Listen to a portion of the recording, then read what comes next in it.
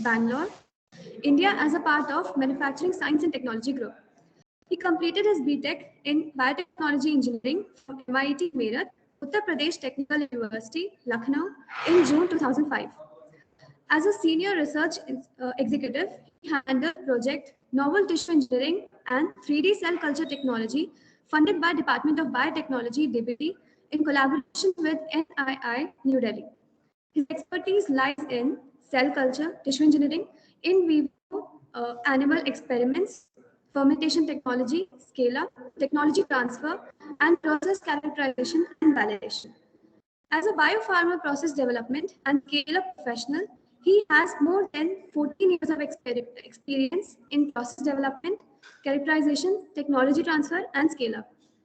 In June 2020, he was awarded for Strategic Project Initiative for Process Excellence and Innovation at Lonza, and in April 2018, he received BioContribute Award for Assembly Approval at EMA Europe and TGA Australia at Biocon. At the state level, he also won third prize in National Children's Science Congress in 1998. So I welcome you, sir, and I would like to invite you for your keynote address. Please, sir. Yeah, thank you so much for a nice introduction, and I hope I'm audible to everyone. And I would like to start my presentation here. Just can you see my presentation? Yes, sir, it is visible. Okay, fine. Put into presentation.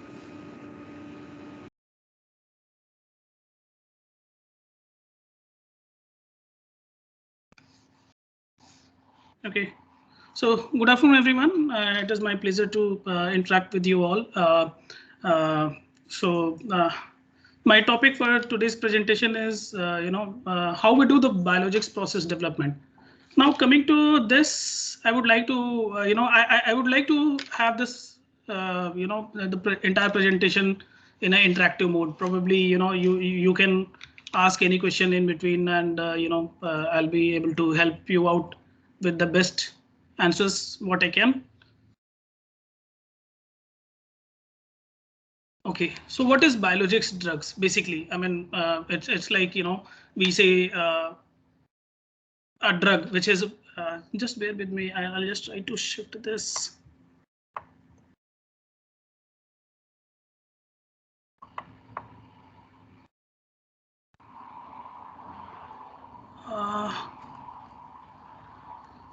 Now it should be okay.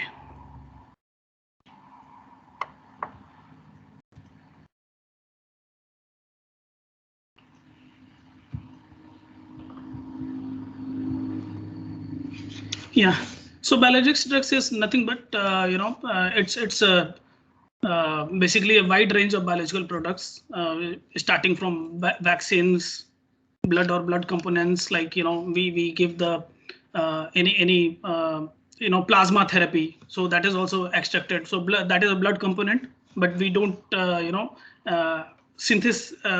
we don't prepare it synthetically in the lab. So it is like extracted from the blood, and that is a biological products. Cell and gene therapy, and recombinant therapeutic protein. So basically, in recombinant therapeutic protein, I mean, it's like insulins. That is again a biologics, which we give to the patients of diabetes. And then after that, the monoclonal antibody based. So biologics are basically isolated from variety of natural resources, human, animal, micro, or we can produce it with a biotechnology method like fermentation and something like that. Then next one is the cell and gene therapy biologics. So basically, this is the new technology which has come in in a recent time, and you would have heard about a lot of severe health issues where we are not having any other medicines. So I mean, there is very uncommon disease, which is spinal muscular atrophy, SMA. A lot of patient in India also they are facing this SMA disease, and it is having one of the costliest. There is one drug which has been made by Novartis, and which is the costliest drug in the world. Each dose of SMA Its name is Zolgensma, I believe. It's a cost. It is costing around 18 crore rupees. Okay, so yeah, that is the cell and gene therapy based biologics, which is available for very severe medical conditions. And then, so the next question comes in our mind, like what is the difference between the conventional drug and the biological products? So I'm sure you must be aware of this. I mean, it's like anything which can be chemically synthesized in the lab is our chemical drugs, or if we manufacture through biotechnology route or extract it from natural sources, these all are the biologics. So biologics are the today's topic is I wanted to give you a brief overview of how we develop a biologics. Coming to next slide, it's about like what and all steps are involved, and what and all activity we do, and then going through this entire presentation, I will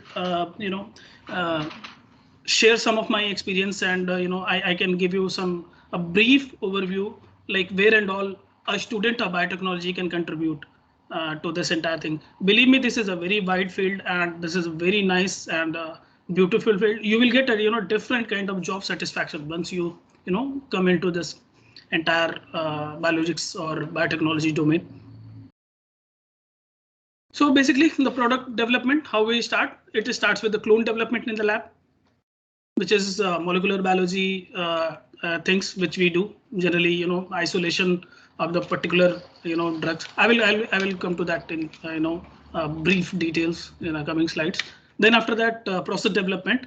So once we isolate the clone, and then which is having a very high potential of generating a particular drug. After that, we develop a process around it, how to manufacture that, and then characterization of it. So characterization is nothing but, I mean, we want to define, operating ranges at what parameter we need to operate the entire fermentation. Suppose the temperature, pH, and the air flow rate, oxygen, or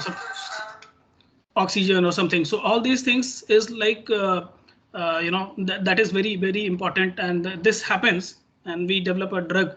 And then after that, before launching it to the market, we do the process validation, because okay, we have developed something in a lab, but from lab level development, we cannot directly supply to the market, because you will not, a lab will have a limited resources, limited capacity, fermenter suppose, or any other way of manufacturing it. But it has to be scaled up to a manufacturing scale. I mean, something like 2,000, 10,000, 5,000.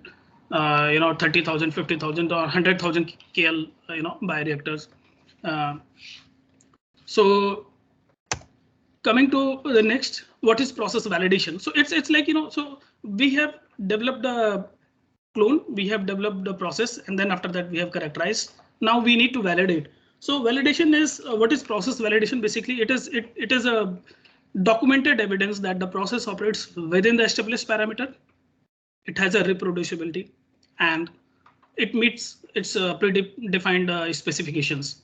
So and so how it happens? It's like once we have developed this, we write a particular once we have developed the process, we have completed the characterization study. Then we write a protocol, and then we write everything that these all are the parameters we need to monitor throughout the validation. And then after that, we write a report of based on whatever the validation batches we take in a manufacturing, and then we submit to different regulatory authorities like US FDA, TG Australia, MHRA, EMA. EMA is like European Medical Agencies, and then DCGI in India.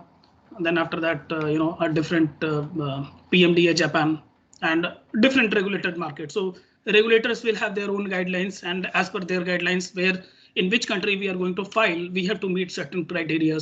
So more or less they are like same, but some of the countries will have some further, something. I mean, one of the very tough regulator is, I would say, the PMDA Japan. Japan is like amazing. I mean, but it is very difficult to please them. So yeah, lot of hard work required, lot of consistency required when we write a report, and then we have to define our processes.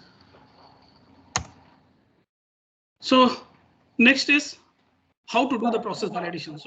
So process validation, it can be done in a stage-wise manner.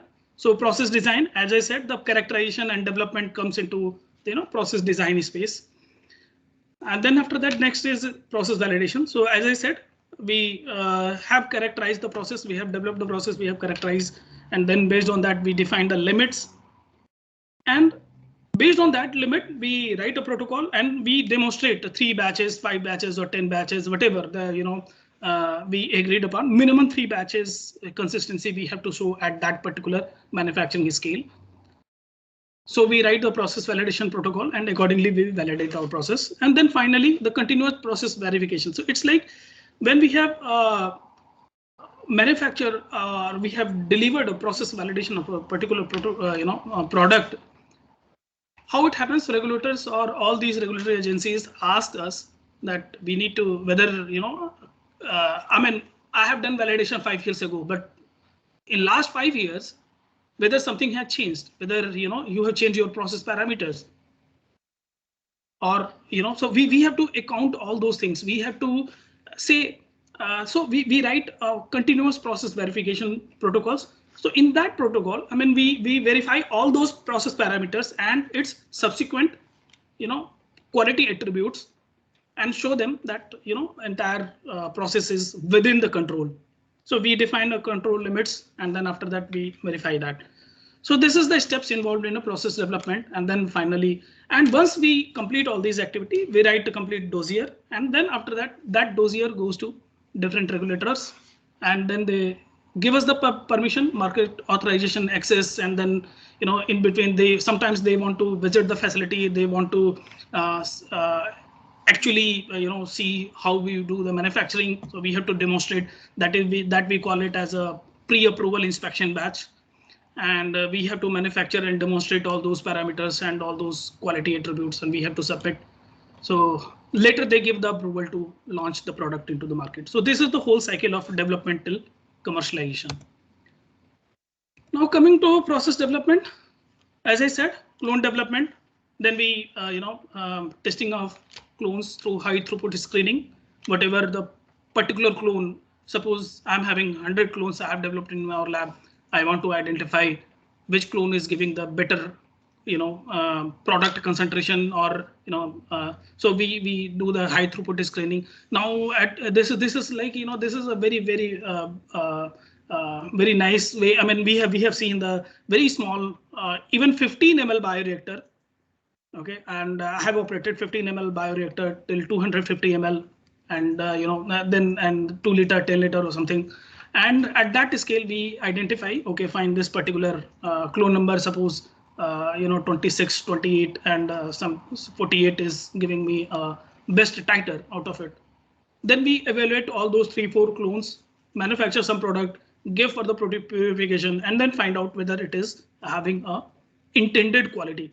So after that, once we have those clones, then after that we screen out those, we take those clones and then we develop a process around it. So once we get the high throughput screening, small scale process development takes place in a lab at for the upstream and downstream purifications. Then we formulate those products. We analyze the product quality of it, and then after that we design our process. So it's like so once we get all those product quality data, we know that at what parameter we have operated. So we have a process design. Excuse me, sir. Place. Yeah. Sir, actually, PPTs are not working, sir. It's still showing the title slide. Yes, sir. Oh, you should have stopped me. Now it's there. Now it's there, sir. It's there, sir. Okay. You should have asked me earlier. I was under the impression that it is, I'm just going through those slides. Now it's fine, sir. Wait a minute.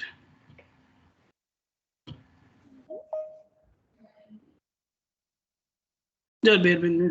Sorry about this.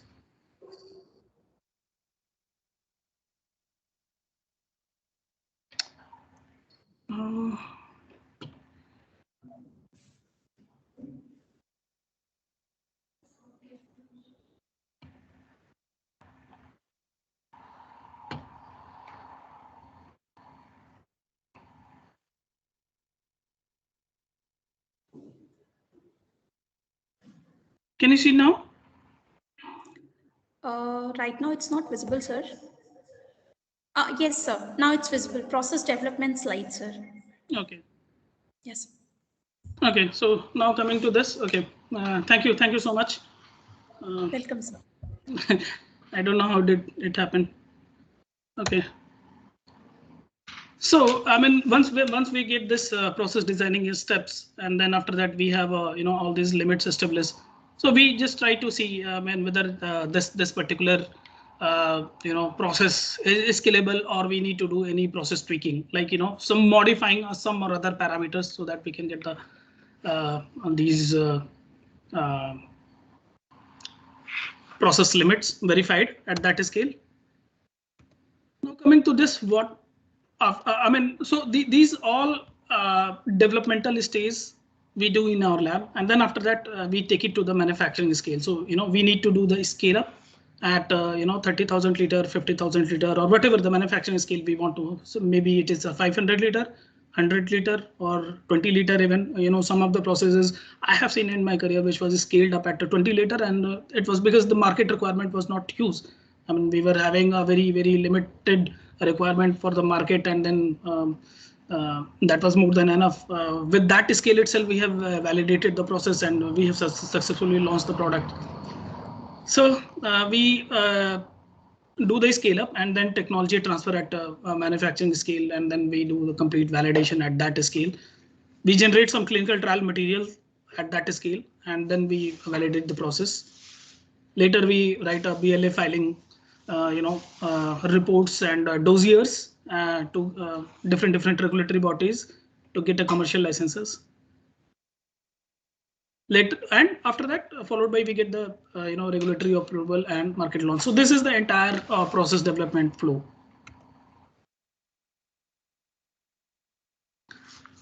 So scale up is something like we do scale up, and it happens, or a successful scale up is mapped, or I would say it is evaluated based on if it is meeting the quality specification. So suppose I have done everything in the lab, I have got amazing product quality in the lab, but if it is not scalable, if we are not able to successfully scaled up to manufacturing scale and getting the same quality product, then it is of no use. We may have to go back and fine tune the process and all those things. So scale up is the stage where we. So scale up is a very huge topic, and it is having a very lot of things is required. I mean, I would say engineers or I mean students from a BTech, MTech, and or the PhD or whatever the biotechnology students are there. They have to. This is a very first and very. I mean, just after the development, not everybody will work into the clone development, and not everybody will be. So biotechnology doesn't mean that we have to only do the cloning. Okay, it has a huge areas where we can create a big impact for the patients. So it's like successfully scale up. So it is a completely engineering subject. You have to have I'll come to that. So let's go to next slide. So scale up is an important study done for all process after the process development before taking to the manufacturing scale. For a scale up, we need to keep some of the parameters constant, some of the parameters variable. So constant parameters are scale independent parameters: pH, temperature, back pressure, bed height of the chromatography columns for purification. Scale dependent parameters are gas flow rate, air, oxygen, CO2, agitation, and the volume of the bioreactor. So these all are the few parameters which we generally so scale independent parameter. I mean, if we have developed a process at a lab, and we know it is very good at 37 degrees Celsius, so it will be good at 37 even for the higher scale also. So pH, temperature, these all are scale independent parameters.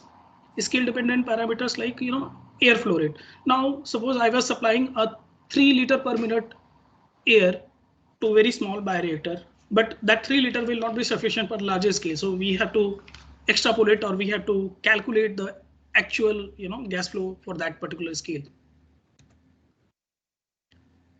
So how we evaluate our scale up? To achieve a good scale up, scale dependent parameter needs to be similar or better between a small scale lab or large scale lab and or large scale lab. So it's like, okay, I'll just take my example of KLA. You would have studied in your mass transfer papers or different engineering papers. So KLA is a very important volumetric mass transfer coefficient. So that, suppose I'm saying 100 KLA per hour is our requirement for a small scale. If I'm scaling up my process, if it is more than 100, then definitely I can achieve a better scale up. So that is one example. Similarly, the mixing speed. Suppose I was operating at a 500 RPM. Slowly, and that 500 RPM will not be possible at a larger scale. 500 RPM at suppose 30,000 liter bioreactor requires a huge amount of agitation power. So power drawn by your motor, that you need to have that higher motor capacity. So we have a different impeller.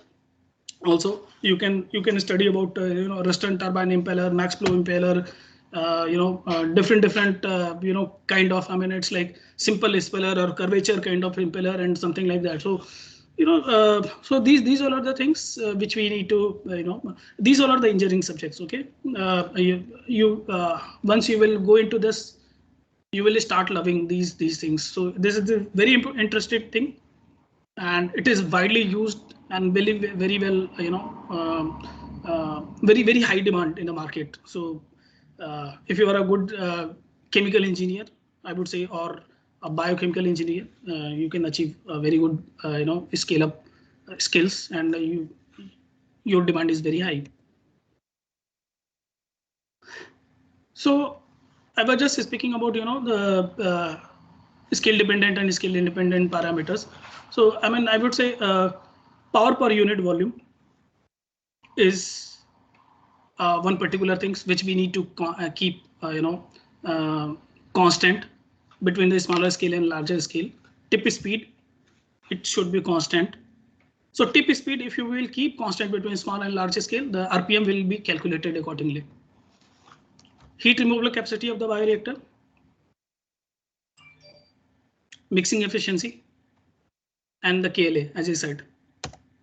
Similarly, for downstream, G force of the centrifuge, flux rate, liter per meter square per hour, per hour, and the linear flow rate of the product loaded to the chromatographic column. So it's like, we can keep the bed height constant, but the diameter can be huge. I mean, we can have a very big diameter, almost like I have worked at 3 centimeter diameter, from 3 centimeter diameter column till almost like 140 centimeter diameter column. So very huge columns where the capacity is almost like 7,500 liter per hour product loading capacity. So it's a huge lot of things that required, and very nice subject, the scale up and other things. And as I said, for successful scale up, we have to minimum demonstrate 3 batches, and we have to generate a product and show that the comparability between these two. So scale up is very amazing. I mean, there is a lot of things to speak about this scale up. This entire session will get ended in that. So coming to the process design, as I said, process development is to design a quality product and its manufacturing process to consistently deliver the intended performance. In summary, the information and knowledge gained from process development studies and manufacturing experience helps in establishing a design space. So I mean, we design a space like, okay, I have made my process at suppose 2 liter to suppose 23 to 25 degrees Celsius temperature. But when we create, so due to some reason, if it fails, okay, we are not able to maintain the 23 degrees Celsius or 25 degrees Celsius on the upper side, and we are not having a proper chilled water circulation line, maybe it may cross that 25 degrees Celsius. So we have to characterize our process so that it can accommodate. So we have to perform a lot of worst case study to do this. So these things comes under process design. And so we have to make our process or design our process like, the quality of the process at any worst case condition, maybe at a lower side or on higher side. If we operate or due to some failure, it happens, the quality is not affected. So it's like, quality should be built in by design, QBD. So it is very popular concept nowadays. It is there in the, into the concept, and all these companies, not only in India, across the globe, every company is seeking a very, I would say very highly skilled manpower for these, QBD principles. So it requires a lot of a statistical approach. So again, if you are good in statistics, don't worry about that. You are good in mathematics and you're not, very happy doing only science, only, core biotechnology papers, no problem. You have, again, a future in biotechnology sector. Then the process capability analysis. So this also we need to establish, okay, and we do this establishment. CPK. I mean, it's like,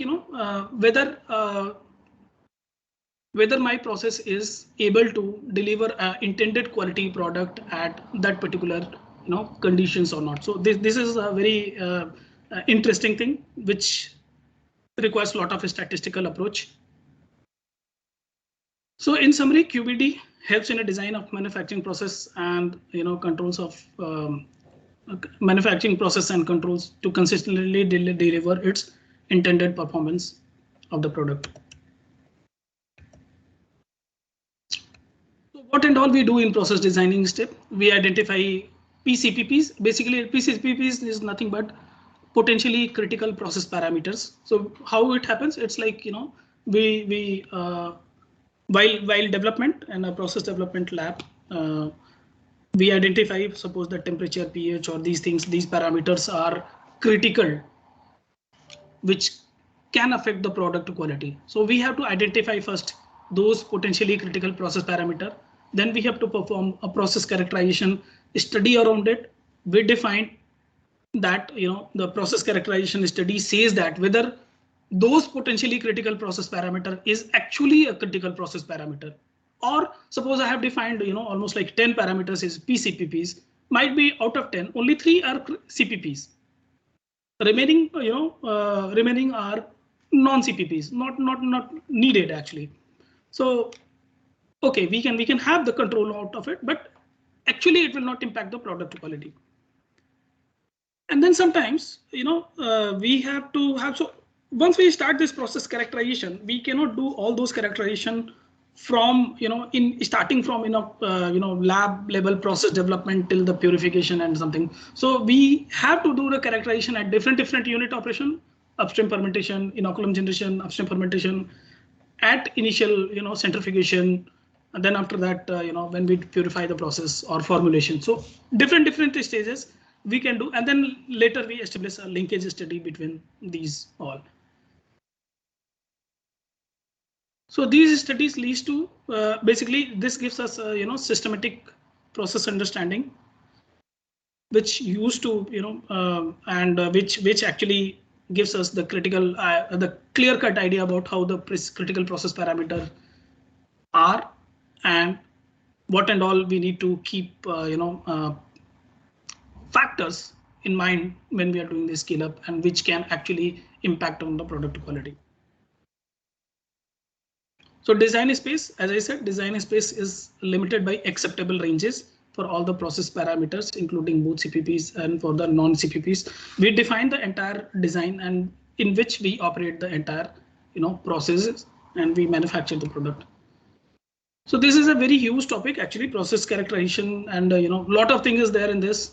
Once you develop the process and after that we do this. So I mean, if you have a very good understanding over process characterization, how we do, okay, you can only do the design of experiments. You can simply, you have a good skills to identify particular XYZ parameters, and then after that you can create a lot of response surface methodology or different kind of lot of statistical tools are available. Minitab, JMP, even you can do with a MATLAB. you can utilize different design expert software, Simca, so many softwares are there. Interpretation or the graph may be looking slightly different, but eventually their outcomes are same. So if you know one or two software, how to do the process characterization, you can get a very good job and you can get a very good career into this.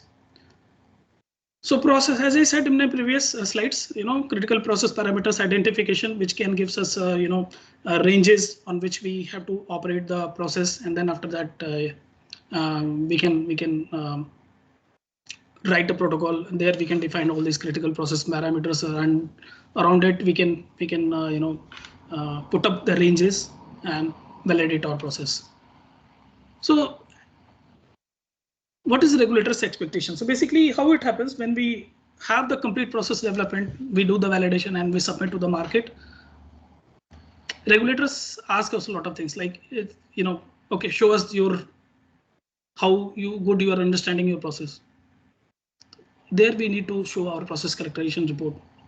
We have to show or demonstrate everything, like what and all study we have carried out, because regulators are very strict.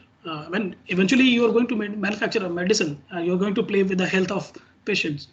So these things are not so easy. These things are very taken very seriously. And again, I'm saying there is a huge scope in regulatory. Okay,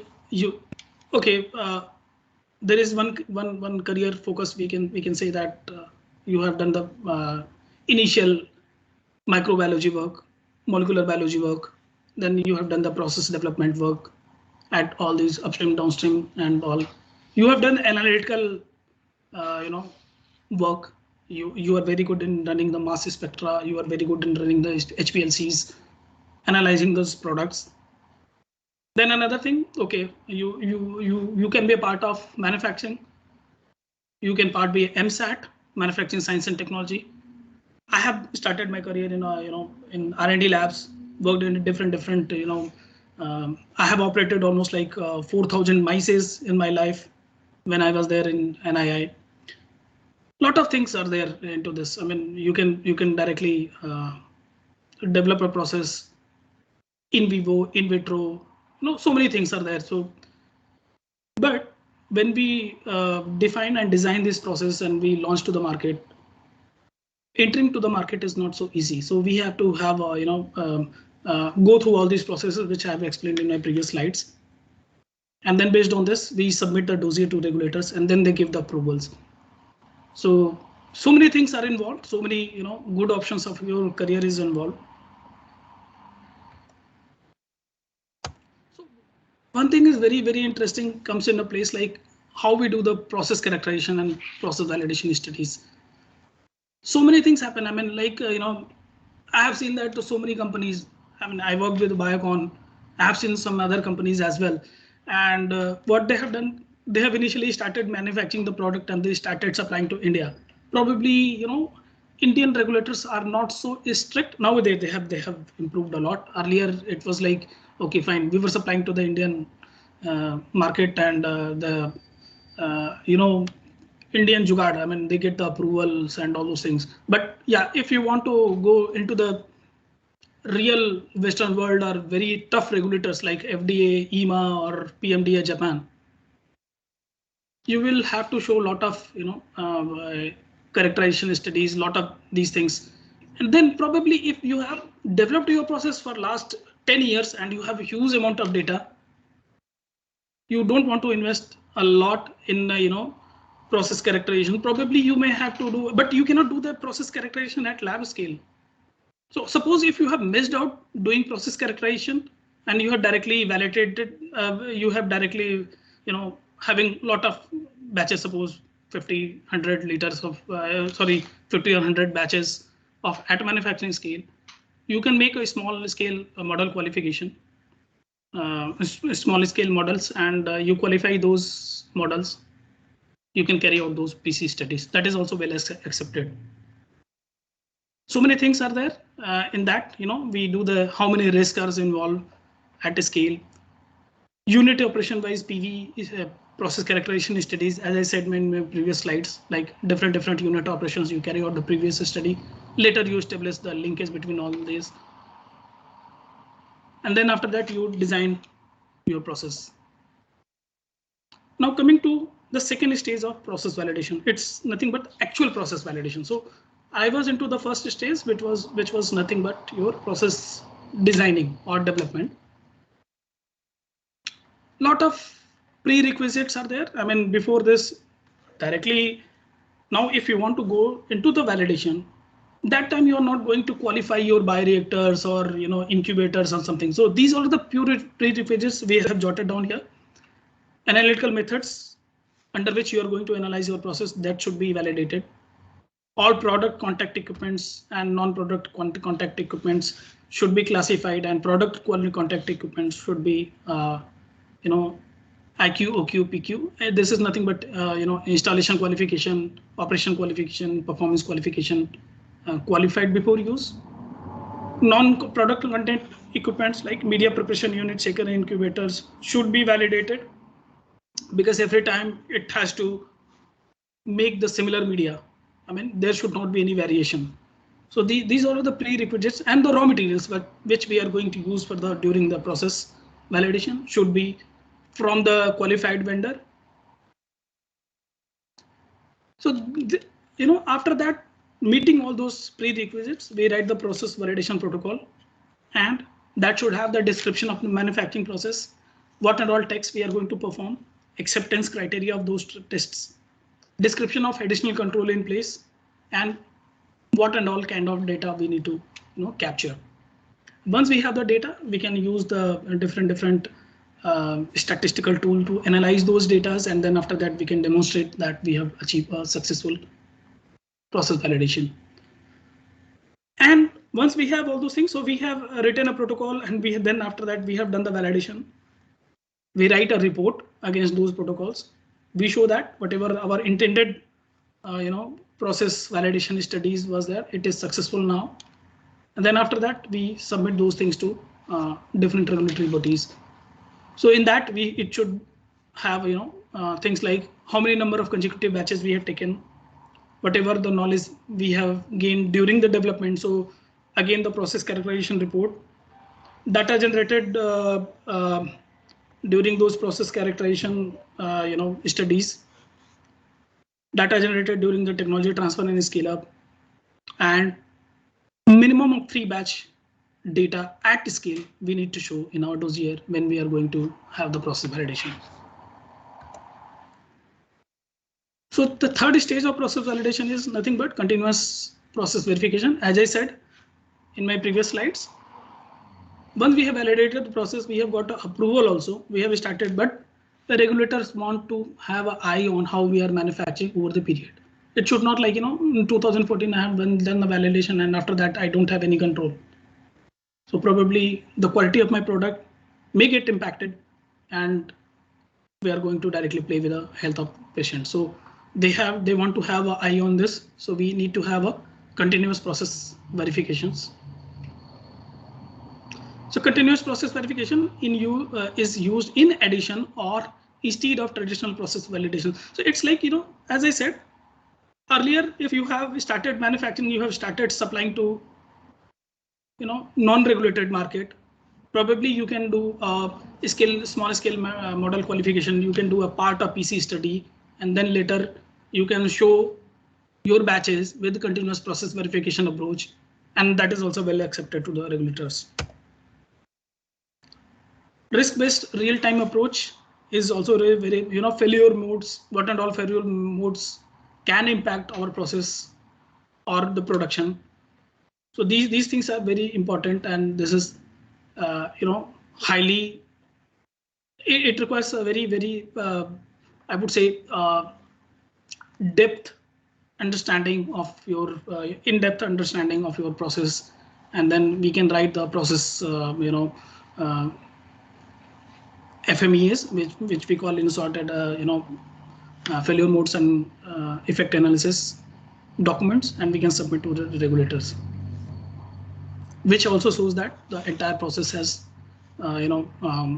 shown its critical quality attributes and control strategy were in place. Lot of a statistical approach, multivariate statistical analysis is one thing which which is very popular and which is used in continuous process verifications.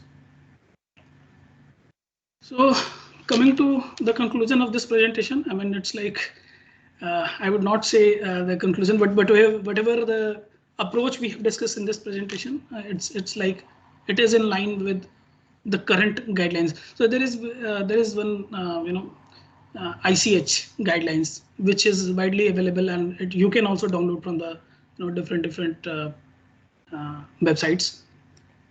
ICH guidelines Q8, Q9, Q10. It is freely available, and you can see what is the requirement, how we do. Everything is written there, and all these companies, okay, whomever want to get actual biologics licensing into different regulator market, they have to follow those guidelines.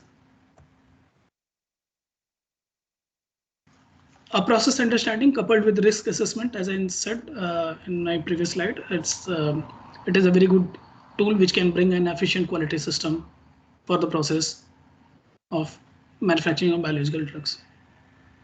So I have discussed a lot of things, how we have started with the process development, and how we do the process characterization, validations, different regulatory markets. You as a student, where and all you can contribute. Now let's in R&D you can become a molecular biologist. In process designing you can work for upstream and downstream, even formulations. Chemical engineers for plant designing.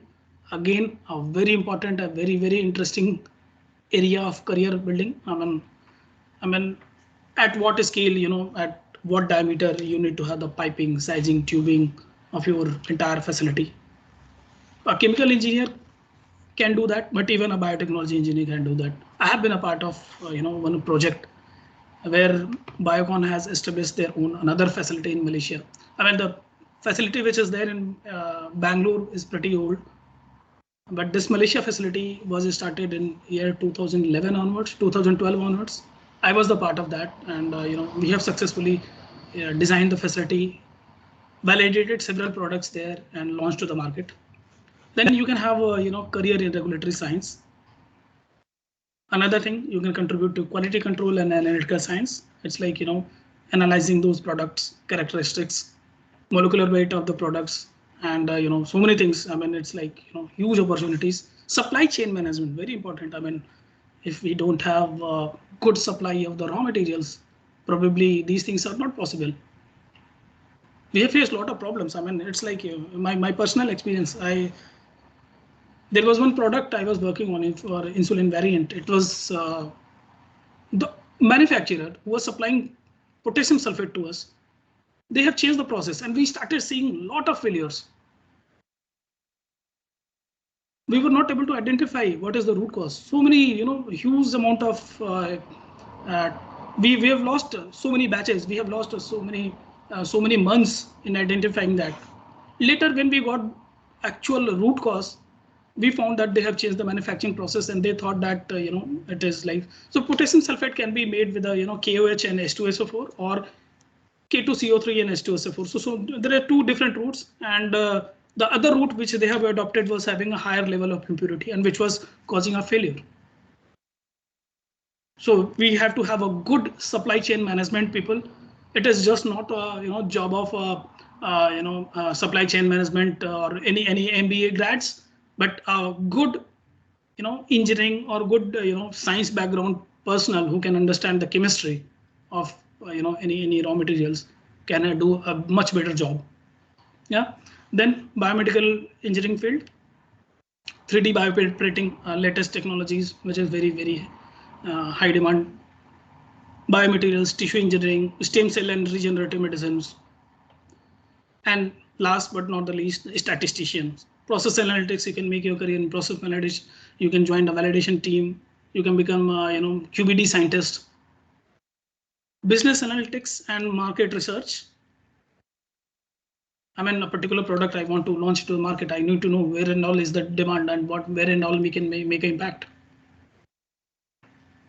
And then the data science.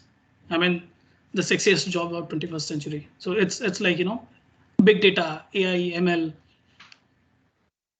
artificial intelligence and machine learning. So I mean, I would say nowadays companies are moving towards a smart manufacturing. It's like, I'm having different probes, like in fermentation, I'm putting a Raman probe, or I would say different kind of capacitance probe, which can tell me the viability of the cells in real time. I can map those things with my smartphones, and if I'm traveling across the world and my facility is there, and suppose in India, if I'm in US, I can real time check the parameters with those smart devices. So huge opportunity. You have a lot of things, and you can make a big difference. Believe me, this is a very good field. And after my engineering, I started my career, and there were a lot of ups and downs, but I was literally not willing to leave this field. And almost like 16 and a half years I'm into this. Out of 16 and a half years, 14 and a half years, I would say, nearly into this manufacturing sector, development and manufacturing. And then after that, before that 2 years, just after completing my BTech, I was working with the Clone Gene Biotechnologies, Noida. And later I moved, from there, joined different organizations, and now I'm here. So with this, coming to Q&A, if you have any questions. This is my contact details. If you need any help, you can reach out to me on my email or my phone. You can, this number has a WhatsApp, so you can directly call me. And if you need any help, I will be happy to guide you.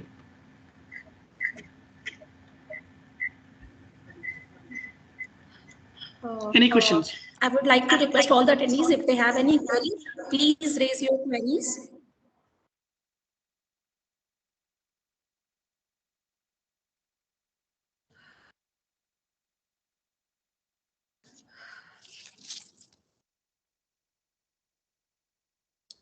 It seems that everyone has gained deeper insights about your lecture, sir. That's why they are not having any queries. At the end, sir, I would like to thank a lot for giving us such an insightful lecture about process designing and development, as well as the how to develop the product and each and every single detail about the scale-up process and everything, sir. It was a very insightful lecture, and I strongly believe that this will definitely help our students as well as even faculty members in designing the project. And sir, it's really very insightful. So thank you so much, sir, for providing this lecture to us, sir. So literally nobody has any question. I mean, I'm surprised. Come on. Guys, I'm also a student like you.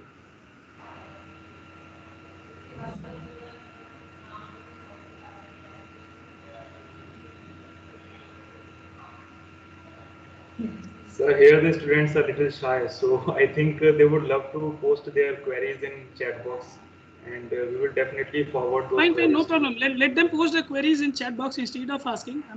Yeah. Still I have 13 minutes, so. Yes.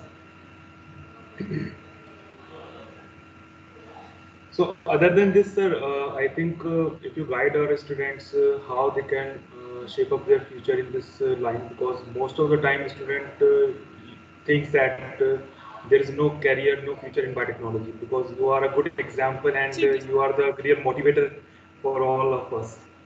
Yeah, so this is just a myth, I would say. I mean, when I started my career, just after finishing I'm from the pioneer batch of BTech Biotechnology of UP Technical University.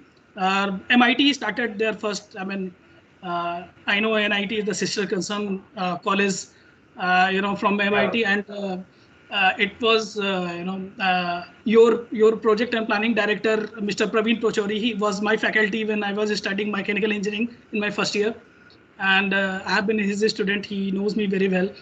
And when we started doing this, initially I was also a slightly non-motivated, but then once I started getting more interest into this, I found that this field and this area is very good. Probably you will not be are paid well in the initial career days.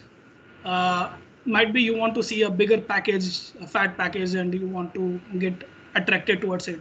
But believe me, you get some experience later, your money will get multiplied. I mean, I would say IT folks, whomever have been graduated from my side, I earn much more than what they are earning now. So it's like, there is endless opportunities. You have to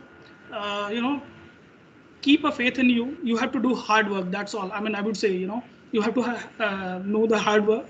You have to do a real hard work, and you have to evaluate the current trends, what and all is there. I mean, as I said, the cell and gene therapy, you need to find out what and all opportunities are available in cell and gene therapy, and how we can create a difference. I mean, very few companies in India, they are working currently in cell and gene therapy, but yeah, abroad, plenty of companies are available. And so yeah, I started career initially for in bioinformatics domain. Then later I worked for 3D cell culture and tissue engineering. There we have developed some biomaterials, characterized those into animal and mice models, operating those mices with those biomaterials, testing, scanning electron microscopy, transmission electron microscopy, different kind of studies we have carried out, and we have got a patent. I mean, for those works which we have done there. In collaboration with National Institute of Immunology, New Delhi. Later, I got opportunity to work with the Biocon. I went into directly core biopharmaceutical, process development, scale up, and all those things. So, starting from development, a lot of things, came in my ways, and we have, the more the time you give, you will start loving this field. So, I would say, in short, this is a very nice career to build in, and yeah, that's all. As I said, I mean, data science is highly demanded. I mean, currently I'm doing some other courses as well. Currently I'm learning machine learning using Python. So I have completed machine learning using R. Then I found that there are some restrictions, using R language. And then I decided, okay, let's go ahead with the machine learning. So once you want to see the smart manufacturing, probably you need to know how the coding works. Okay, so the Python coding, and you can process the data which is getting extracted from the manufacturing, and you can actually build in your own library. Okay, and then with that, whatever the production process is there, for your particular drugs which you are manufacturing in your lab scale, that you can, diagnose. I would say not exactly diagnose. I would say you can identify any deviations from the process in a real-time manner using your smart technology, using artificial intelligence and machine learning. So many things are there. I mean, yeah, they can get a lot of benefits with these technologies and advancements. Sir, I have a question. Is there any specific certifications that our biotech students should go for it to move in to make a successful career in industry? I mean, after having this BTech in biotechnology, sir. Yeah, I know. See, there is one thing I would say. In lab level, I know they will not be able to learn all those techniques, because fermentation, probably the fermenters are limited, 1 or 2 fermenters, and there are several students who want to do all those experiments. A good lab can help definitely for them. Otherwise, I would suggest to go ahead with a BCIL training. Biotech Consortium of India Limited, they provide a very nice training of 6 months, and then after that they gain a very good knowledge with those trainings, and they can be successfully placed.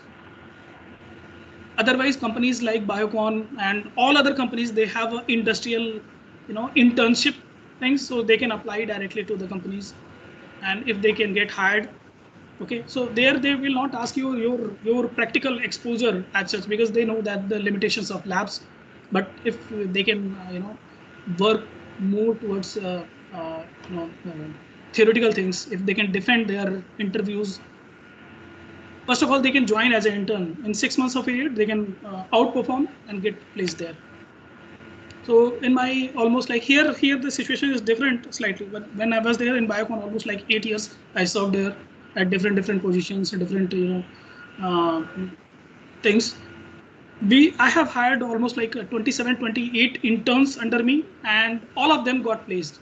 because we train them very rigorously. I mean, it's like, you know, this boss, this is your golden opportunity, now or never. You have to, you know, put your heart to get that. Don't worry about the stipends. Probably you will get 10,000 or 15,000 bucks. You will feel depressed. Okay, might not be sufficient. But that is for the first 6 months of internship. And if they can get a good internship and good, you know, these things, they can directly get placed. Vishal sir, it has been more Thank you so than much, 4 sir. to 5 decades the biotechnology has started in our country. So, since you have experience of both the countries, India as well as abroad, so I just wanted to know that how do you see the future of biotechnology here in India for the students, especially those who are graduating right now and probably in 10, 15 years from now. So they are actually seeking some career in biotechnology. So we usually see that some of the students they prefer to go abroad, and only because they don't see much opportunities here in the country. So what is your opinion on this?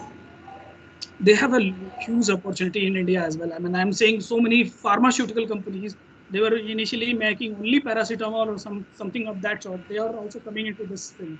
I mean, I can say the huge, you know, list of companies now they are migrating towards the biotech. Earlier there were very few, you know, Intas Biopharmaceuticals, Reliance, you know, Life Sciences. You had biotech, you know, Biocon, Dr. Reddy's, Cipla or something. But you know, nowadays sustaining in this biotech sector for all these companies is also, you know, something like it totally depends upon the vision of the management of those companies. Okay, and the kind of people who is driving them. But yes, you know, there is a challenge in India definitely for sure, but it is not limited, I would say. And it's like uh, very good opportunities. So many companies. As I said, so many companies are coming into this biotech. Divi's Lab, one of the, I would say, it was one of the very first, you know, manufacturer for raw materials. I would say APIs, active pharmaceutical ingredients. They were making, and then they were supplying to different companies. Now they are coming with a very big biosimilars portfolios. Okay, so they're coming to this biologics business, biotech, lot of biotechnology students requirement would be there. Then Sun Pharma, earlier only a pharma company, but they're coming into this.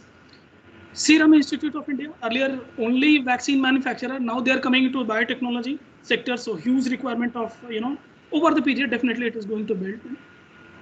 I mean, in the end, I would say they should gain first few years of industrial experience, and then later the world is no limit. I mean, I didn't had any industrial, you know, international exposure of any international degree of, you know, postdoc, PhD and postdoc from abroad, but I directly got hired from India. So it's like, you, Yeah. so yeah, it's like, you have to demonstrate your skills. I mean, you have to outperform in what you're doing. You should learn, and then you can demonstrate.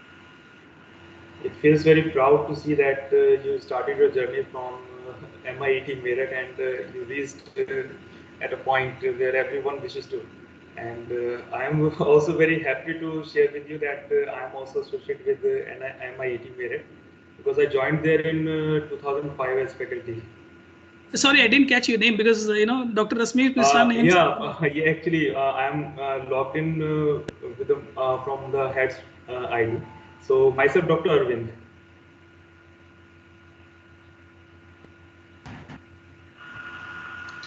Hello.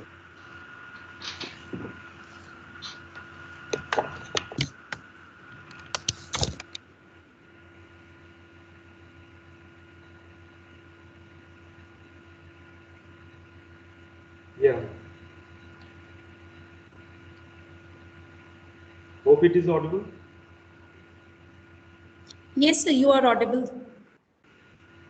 From Vishal sir's side, I think there is some technical glitch.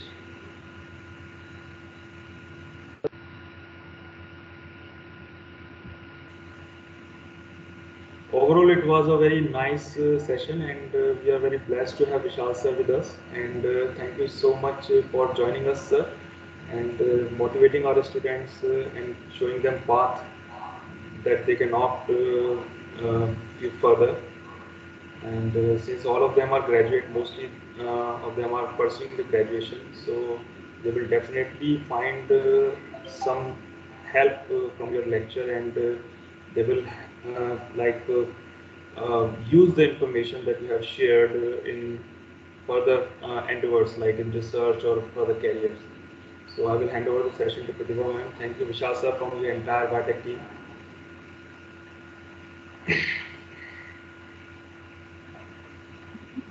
Thank you so much, Vishal sir. It's really a very motivational lecture for our students. Definitely, it will help them to understand that, yes, there is a wider scope of biotechnology for them.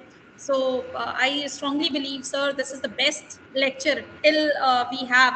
I mean, it's very motivational and inspiring for our students, sir. Thank you so much for providing these deeper insights as well as career advice for our students, sir. Thank you so much. Now, I would like to request Srishti to please. Just for information, just for information, like we are not going to end the session. We will be waiting for the next speaker. Yes, on the sir. Same... Yes, sir. Yes. Okay.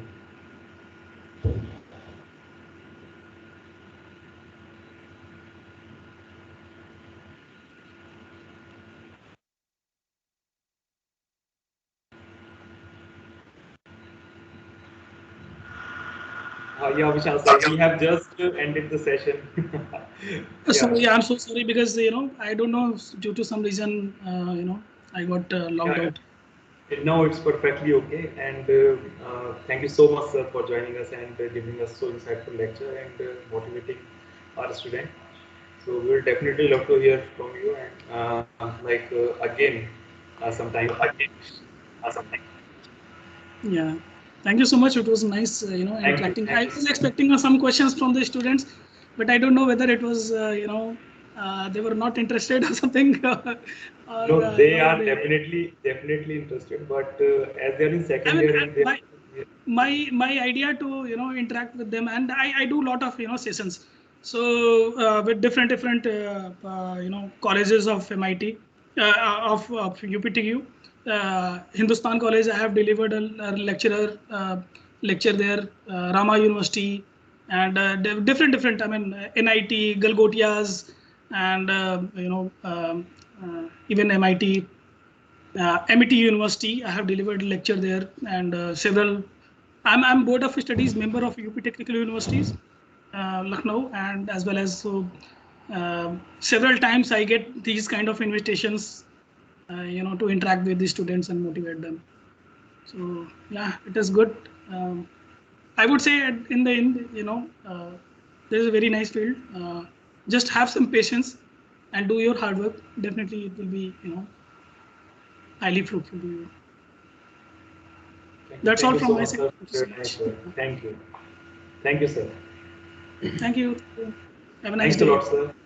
Thank you. Same to you, sir. Thanks a lot, sir, for providing this lecture. Thanks a lot, sir. Okay. Thank you. Bye-bye.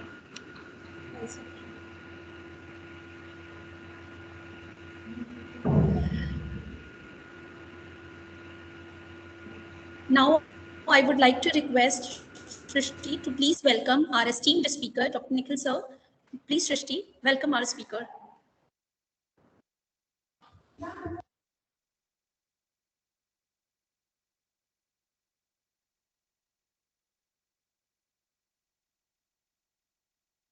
Srishti, please unmute yourself and kindly invite sir to please come online so that there will be no issues further.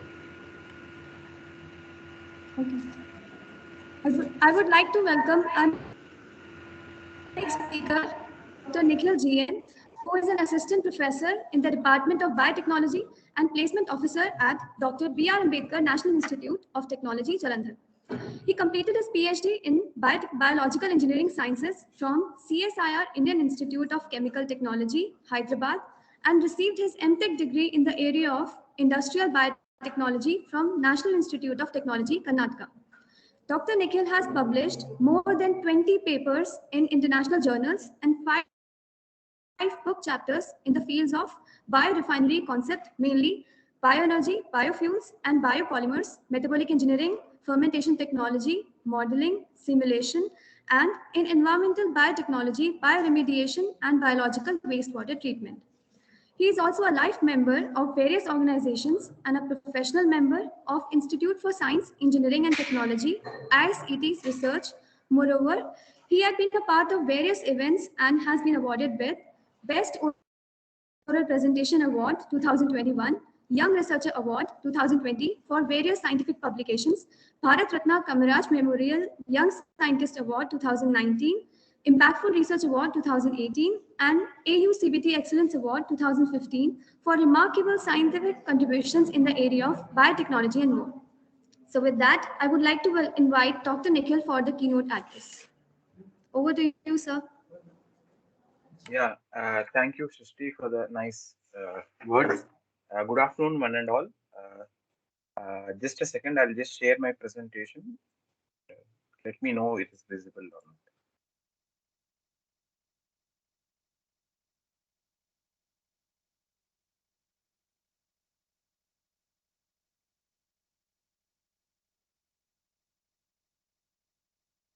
Hello?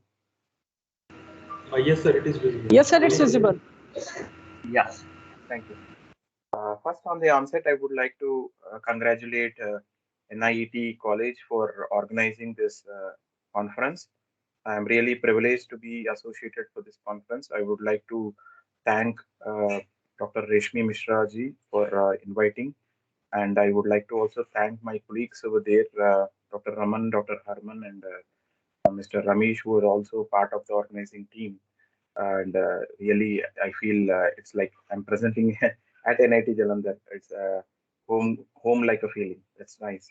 Okay, so for the today's presentation, I will be presenting some of my research work on bioelectrochemical systems for multi-product recovery. I am currently assessed as an assistant professor in the Department of Biotechnology at NIT Jalandhar. So the introduction, I would start with the current scenario of the energy demand by global source.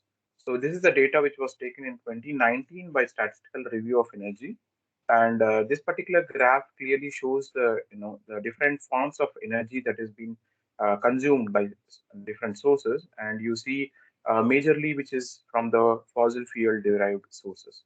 And but then you can also find a thin saffron line which is from maybe more than a decade. It is just increasing, and that is the renewable energy.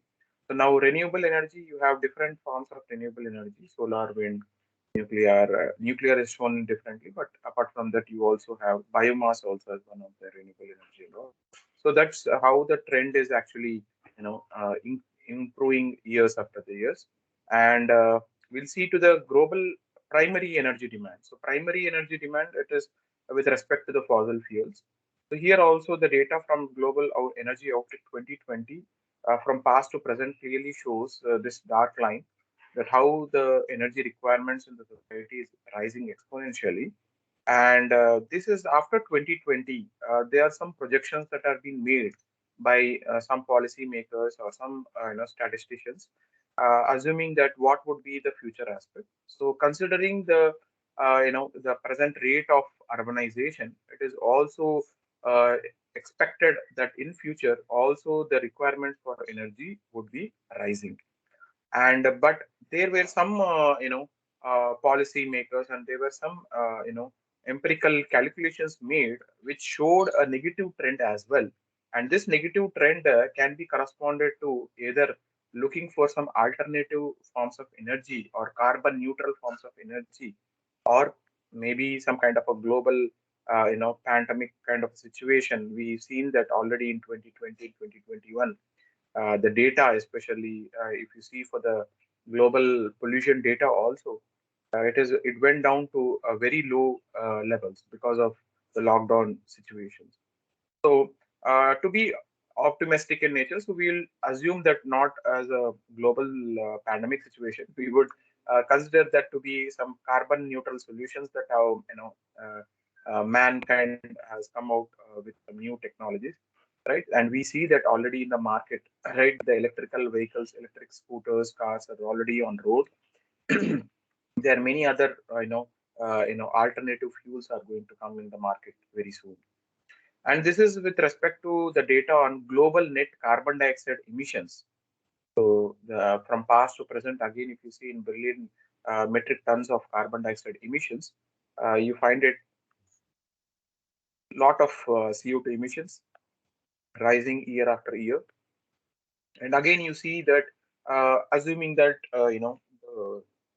the primary energy demand is being the fossil fuel, and upon combustion, you see still find that the carbon dioxide concentrations rising year after year, even after 2020.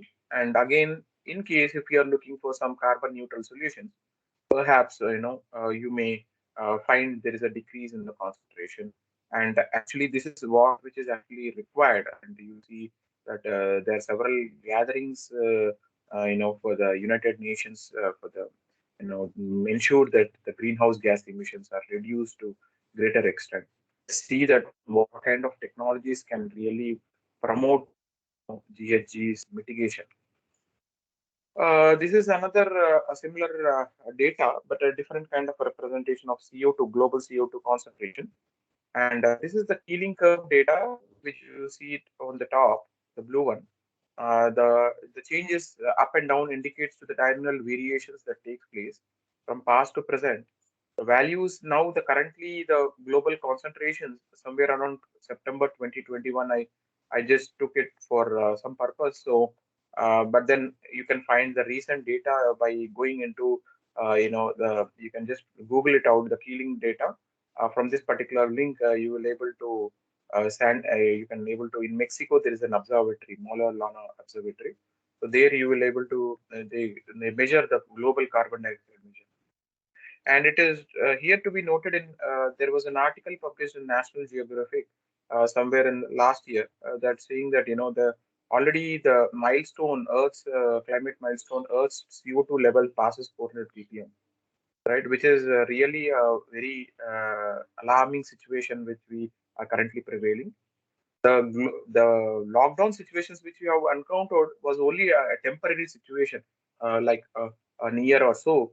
So really, that 1 year of lockdown would really not hamper the global carbon dioxide concentration. But yes, to a small extent, that yes, there might be a certain change, but not to a global carbon dioxide concentration extent. The other situation which I want to project over here is the energy and water sector withdrawal and consumption data, which was taken from, again, the International Energy Organization Association. Here you can see from past to present the water withdrawal for the energy sector, means how much amount of water is withdrawn. Obviously, withdrawal would be from some water body or groundwater, isn't it? And then you have water consumption for the energy sector, right? And from past to future, you can see 2016 and 2030, the changes that are there.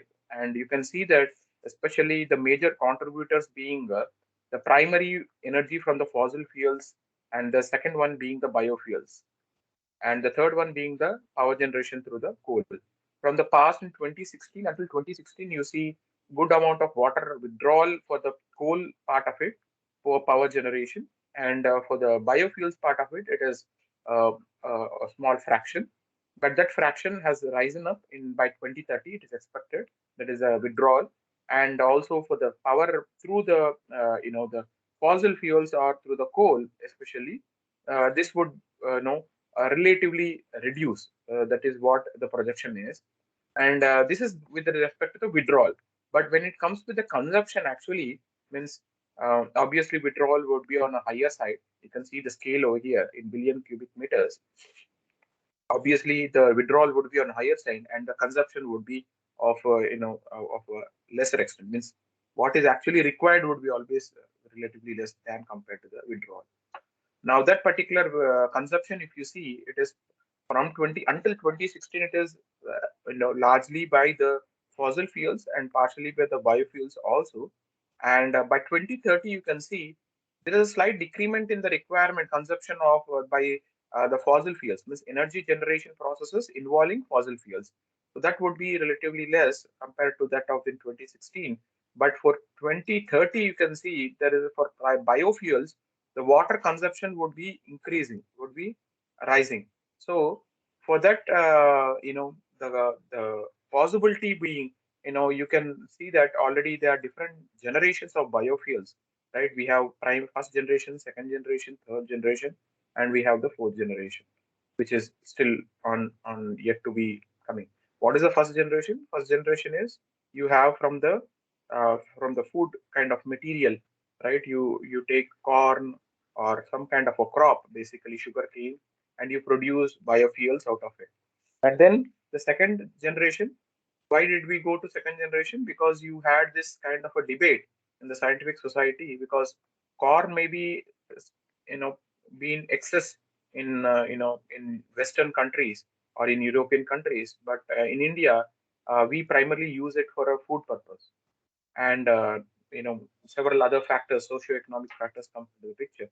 And there was a debate for between the food versus fuel, and that's how we went into the second generation where we started using lignocellulosic material, means like the bagasse of the sugarcane or the straw of the millets or the straw of the wheat or rice are basically used as a material. So that is the second generation biofuels.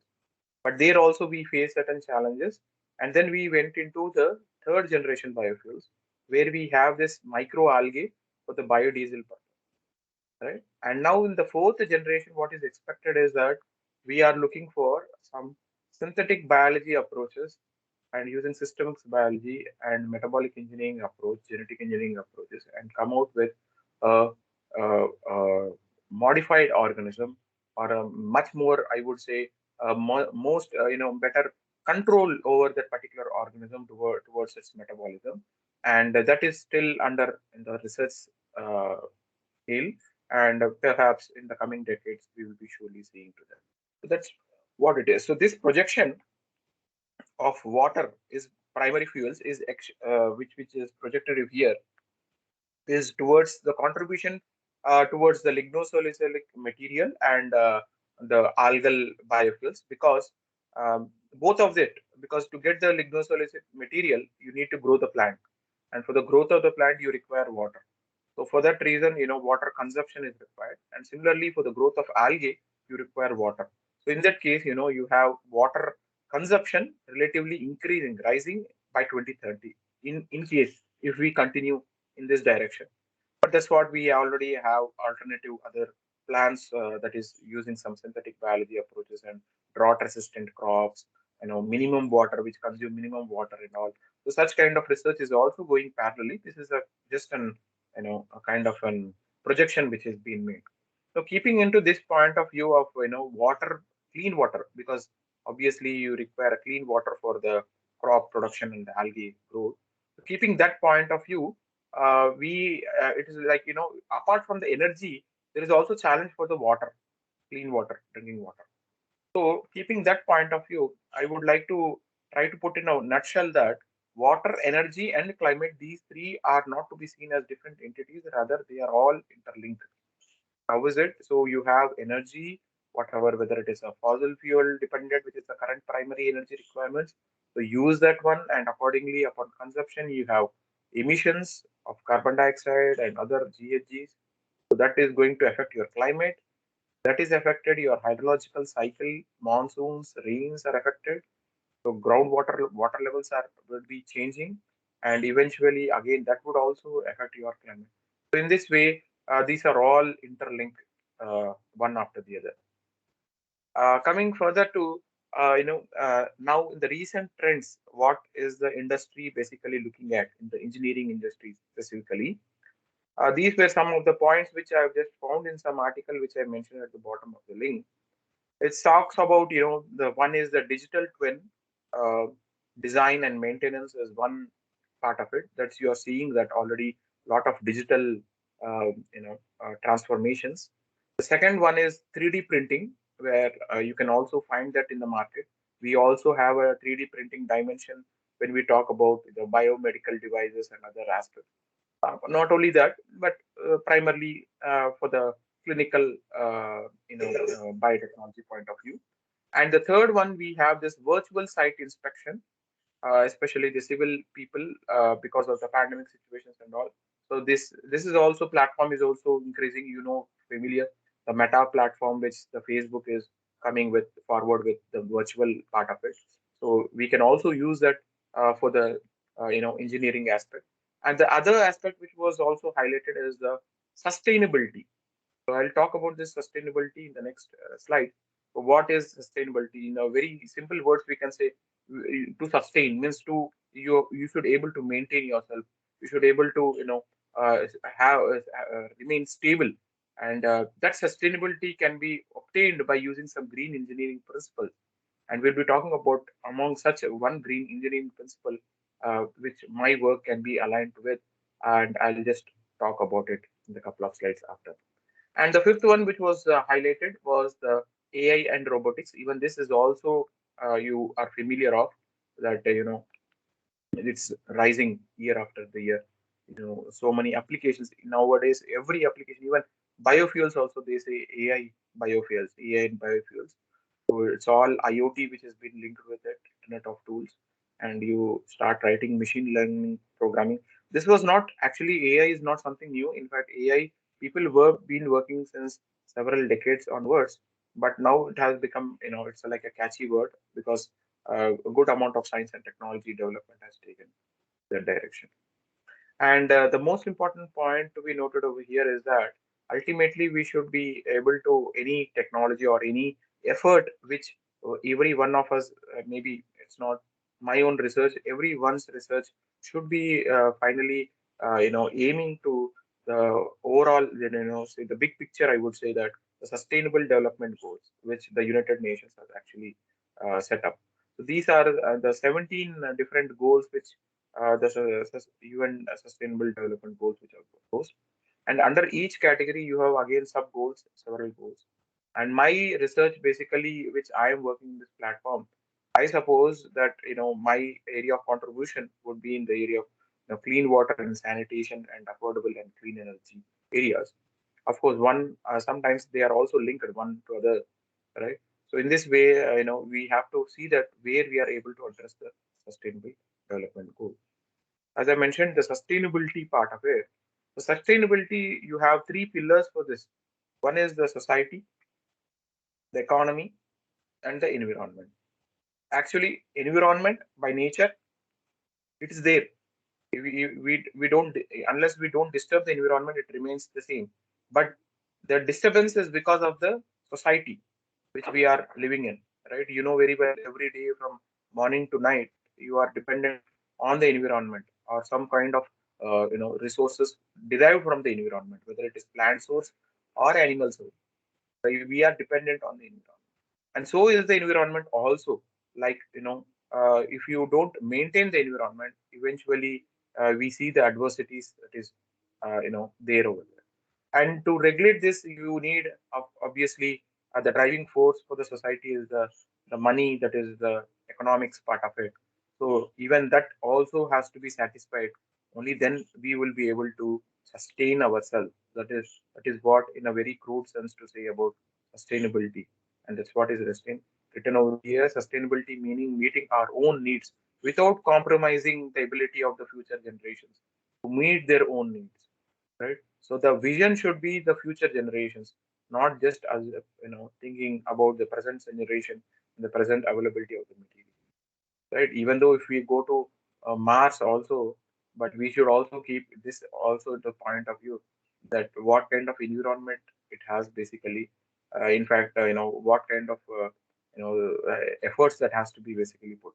In my opinion, I would say is that we when we have a beautiful planet Earth, why should we look for some other planet, right? So why can't we improve ourselves? Why can't we take care of our planet Earth, right? So if you are able to do that itself is a self-sufficient kind of a situation would arise, right? So going forward, so that is all the information which I wanted to give you about the introduction part of it. Having said that, now I would talk about my research area, which I have been working. One of my research area which I'm working on is the bioelectrogenesis part of it. So this bioelectrogenesis, I would say that, one of the recent areas, maybe more than a decade, maybe from 2010 onwards, there is a peak rise in the research over the bioelectrogenesis. And what is it basically? We'll see that, and I'll showcase some of my research outputs in this particular direction. So bioelectrogenesis as a term, if you split it, so bio is something life, electro is related to some electrons production, and genesis is the the, the genesis is nothing but the production part of it, how it is basically produced. And here you have the typical microbial fuel cell, which can be compared to that of the chemical battery which you basically have, right? So this is, you have an anode and a cathode, right? And then accordingly, you basically have a chemical inside the cell, chemical cell. Similar to that, you also have a microbial fuel cell you can construct where you have anode and cathode electrodes, and in between, instead of the chemical, we can make use of some wastewater or a waste substrate, and that can be added with some biocatalyst over here, that is the microorganisms, and they can start utilizing the waste as a substrate, and producing the electricity out of it. So how is that? It is by the oxidation of it oxidizes, the waste material is oxidized by the bacteria, the microorganisms, and they release the electrons and protons during the process of metabolism, and that electrons are transferred from anode to the cathode when you are closing the circuit. And if you connect a bulb or some kind of a load, then you will be able to use it for some application also. In that way, in the cathode, you have the reduction taking place. Now, why is this area so interesting for me to work? Is that this particular area of bioelectrogenesis is a multidisciplinary area. It's a multidisciplinary challenge, by the way, right? Different people from different backgrounds can work simultaneously in this particular area. In fact, if one has to work in this particular area, you should also either have certain knowledge about all these aspects, other subjects. Otherwise, it would be very challenging to work with this kind of system. Like people from material science, bioelectrochemistry, design engineering, electrochemistry, biochemical engineering, environmental science, microbiology, analytical chemistry. So like that, you have different areas that is involved for the understanding and operation of this particular bioelectrochemical systems. The mechanism here, I would show that you have this particular schematic diagram showing the anode and the cathode separated by a proton exchange membrane. So we use a membrane so that you have efficient transfer of protons from the anode side to the cathode side. Without membrane also we can operate, but the efficiency would be on a lower side. And this proton exchange membrane, you can find it from maybe Nafion, and there are several others in the market. The one which we used is the Nafion, which is a patented product of DuPont. So they are basically sulfonated. The Nafion membrane sulfonated, and that assists in faster transfer of protons from one side, since the area from where the concentration is on higher side to the lower side. So obviously higher side would be on the anode side, because at the anode you have this bacteria sticking over to the electrode. Why do they stick? Because there are some specific type of microorganisms, bacteria, which we call it as anode respiring bacteria, or electrogens, or electrotrophs. So some words which usually people cite in the literature. So these organisms basically they adhere, form a biofilm over the anode surface, and eventually, why do they get? What is the benefit of adhering? Is not only the support, but also they participate in the mechanism, in the exchanging the electrons, because in the process of the metabolism, if you see in the inside the cell, basically bacterial cell, say for example, if you are taking glucose as your substrate, upon degradation, maybe end products are carbon dioxide or any other, depending on the situation which you are using it. So you have this protons and electrons being released, and these protons and electrons are basically released into the open environment, and these electrons are basically given to the anode which is there. And there is a difference between the redox potential of the electrode and the redox potential of the cell, basically, right? And cell, obviously there would be a certain redox potential because you have a lipopeptide membrane and some proteins are bounded, membrane bound proteins are present. So obviously cell would be having certain amount of cell potential. And eventually every material also in nature, if it's a conductor, preferably it would have some kind of a redox potential value.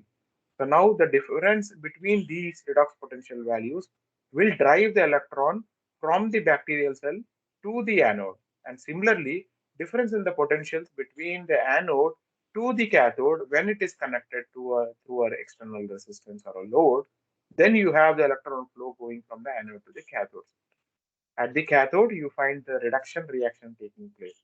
The protons which are passing through the PEM reaches the cathode, and at the cathode, in presence of oxygen, which is the electrode which is exposed to the air, which contains the oxygen, takes up the electron and the protons, forming into H2O. So that's how the reaction takes place.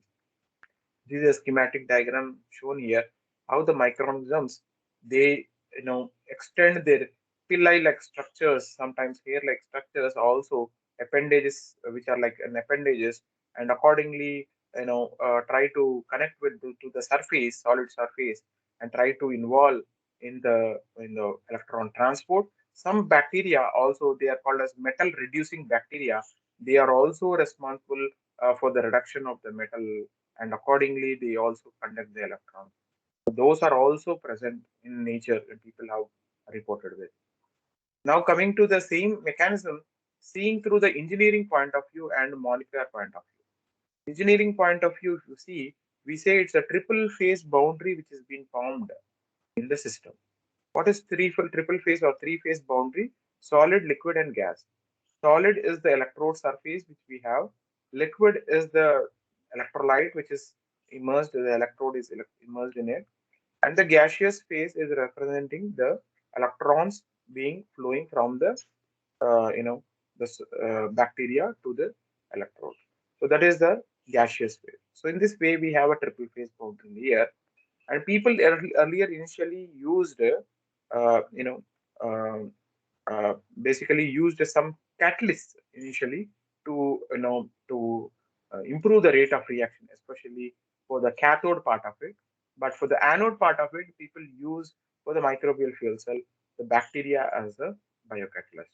But eventually later, even the catalyst is, since it's expensive and noble in nature, like platinum and others are basically used, those are also replaced with other type of bacteria, the where you have the reduction reaction happening on the cathode side also. We'll discuss that in the later coming slides. So this is the molecular view of this particular of the membrane bound protein, how it is. So this is a schematic view for organism Shivella, which is one of the organisms cited for exoelectrogen, which is responsible for the power production, microbial fuel cells. So this is how you have the metabolic activity happening, and they have membrane-bound proteins. Cytochromes, basically they exchange the electrons, and finally by certain membrane proteins, you see this inner membrane, and you have also the periplasmic place also you have certain protein, and finally you also have some proteins even in the outer membrane, and eventually because of the difference in potential, the electrons are donated, are given to the electrode, and finally you have this process happening. So here the electron transfer, if you see, there are three types of electron transfer.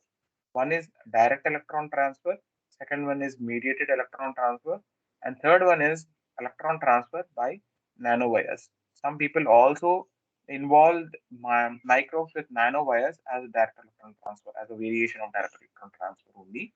But let's see in a different perspective. We will talk more about this nanowires in the coming slide part.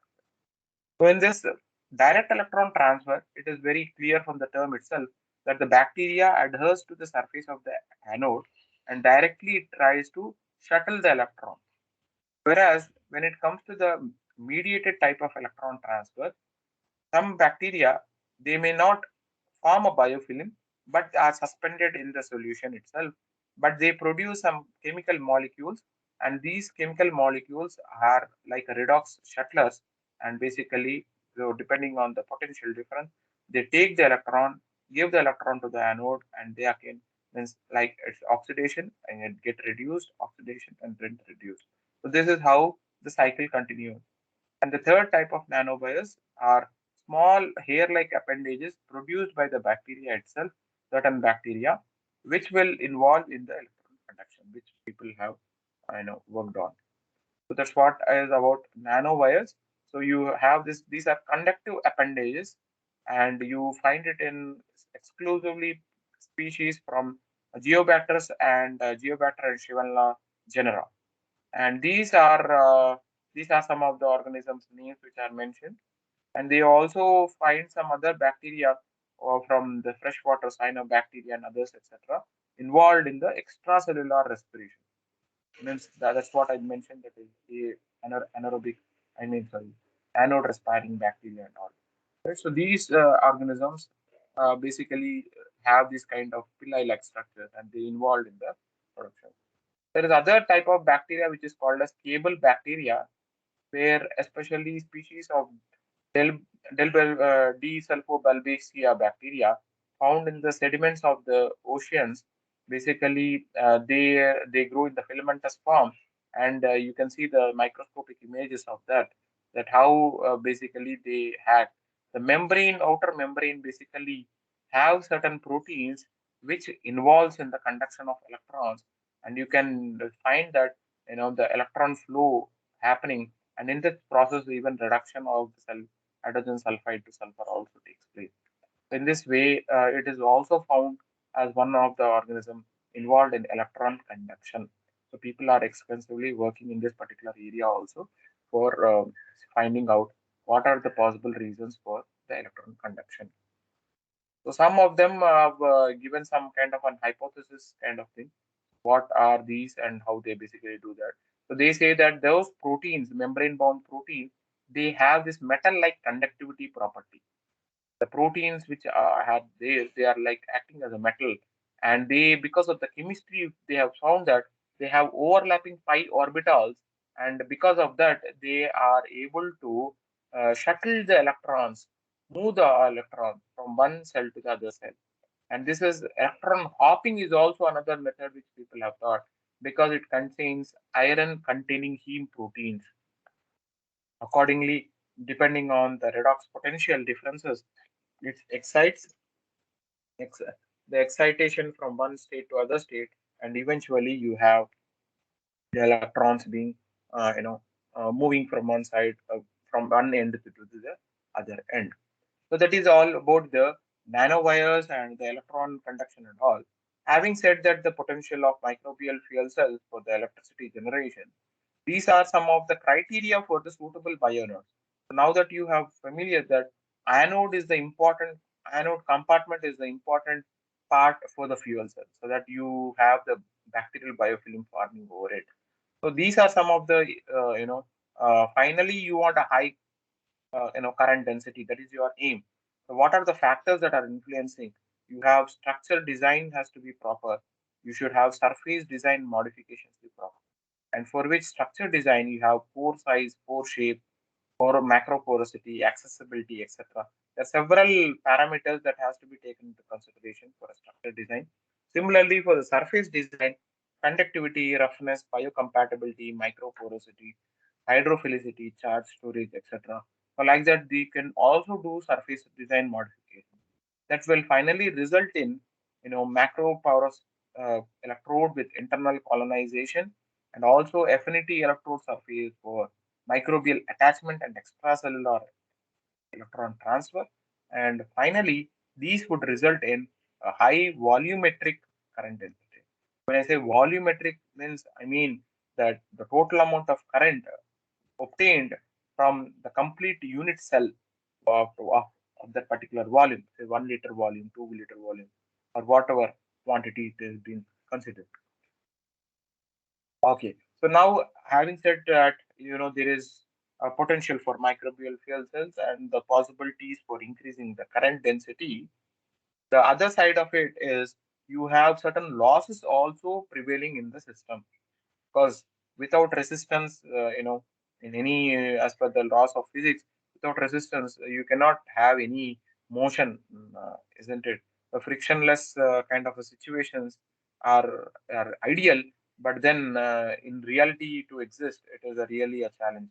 Similarly, you have this even in the bioelectrochemical system, you have certain losses coming into the picture, and this is how you represent a polarization curve for the losses. You perform this. So this is a schematic diagram showing the losses, different forms of losses. So when you take a fuel cell, basically, even if it's a chemical fuel cell, also more or less the trend would be the similar. But only thing is the values and the slopes basically may vary for a chemical fuel cell to that of the biofuel cell, whatever you are taking. So in that case, what happens for any fuel cell, either chemical or biofuel cell? So you have current density on the x-axis and cell voltage on the y-axis. The maximum voltage of that particular cell would be set as theoretical cell voltage. Now it is desired that when you connect the cell, when you close the cell, when you add some kind of a bulb or a resistor, some kind of a load, when you are closing the circuit, it is expected that the voltage should not drop. That is the theoretical cell voltage. That's why you find a straight line going parallel to that of the x-axis. So it is expected that continuously the cell voltage should be constant and the current density would be increasing as per the requirement. But it is not so in the case of the reality. The moment you connect some kind of an some kind of a resistor, you find a drop in the cell voltage, and that drop in the cell voltage is corresponded by different losses at different zones. So we classify this particular zone to be activation losses, this particular zone to be ohmic losses, and the final small portion which has taken the change, this said to be as mass transfer losses.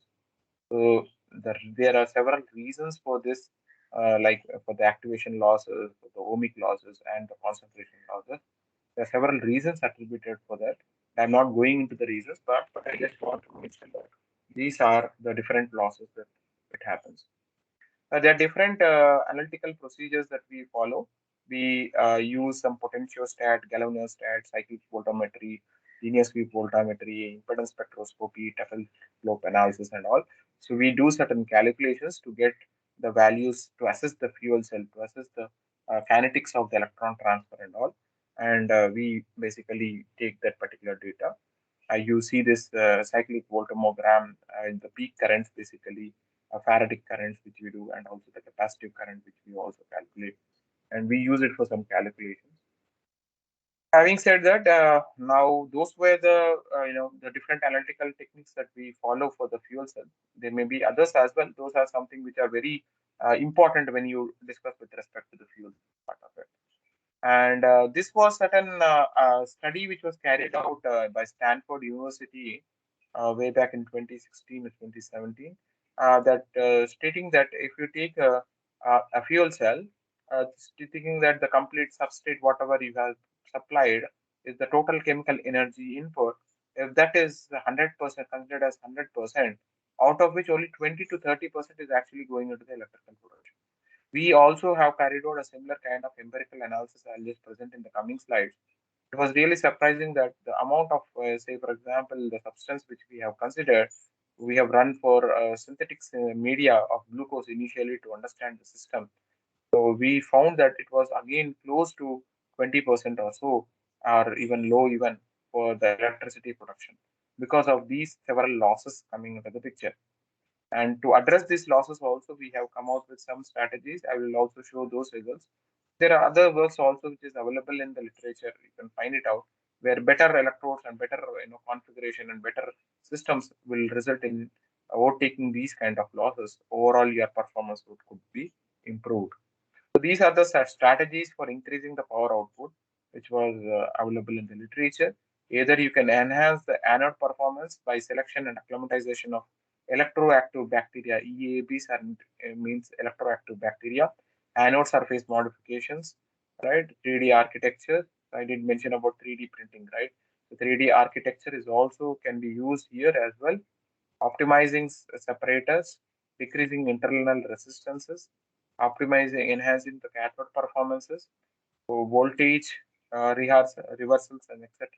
So like that, you have different challenges, and those challenges, if it is, it has been answered, it has been attended, then eventually your power output would be improved.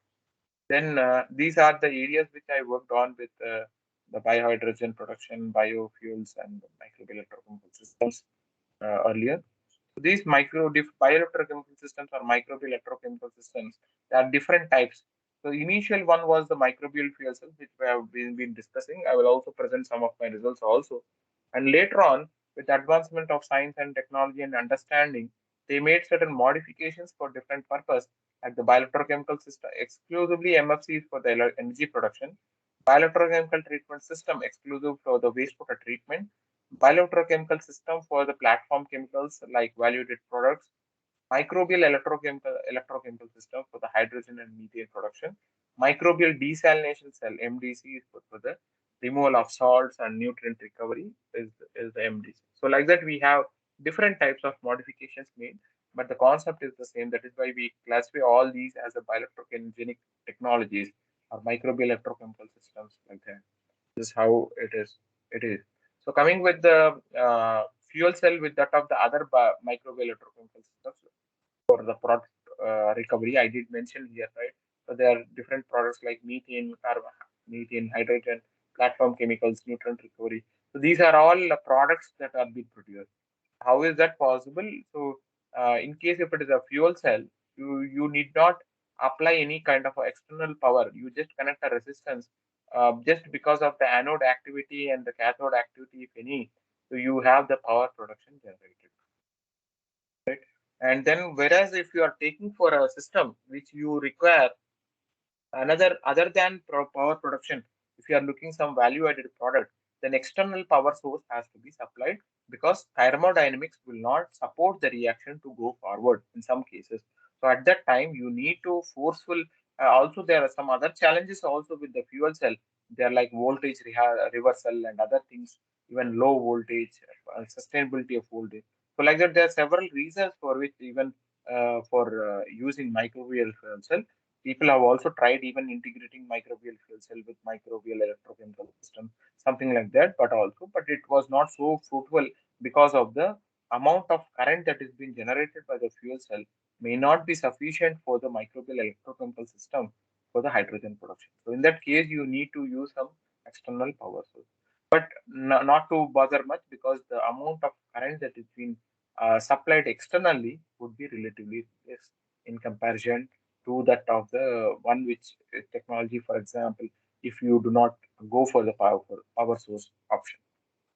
These are some of my results which I just will go through in the coming slides. So these are the microbial fuel cells which I have fabricated myself in at my research institute at Hyderabad, which I worked as a part of my PhD.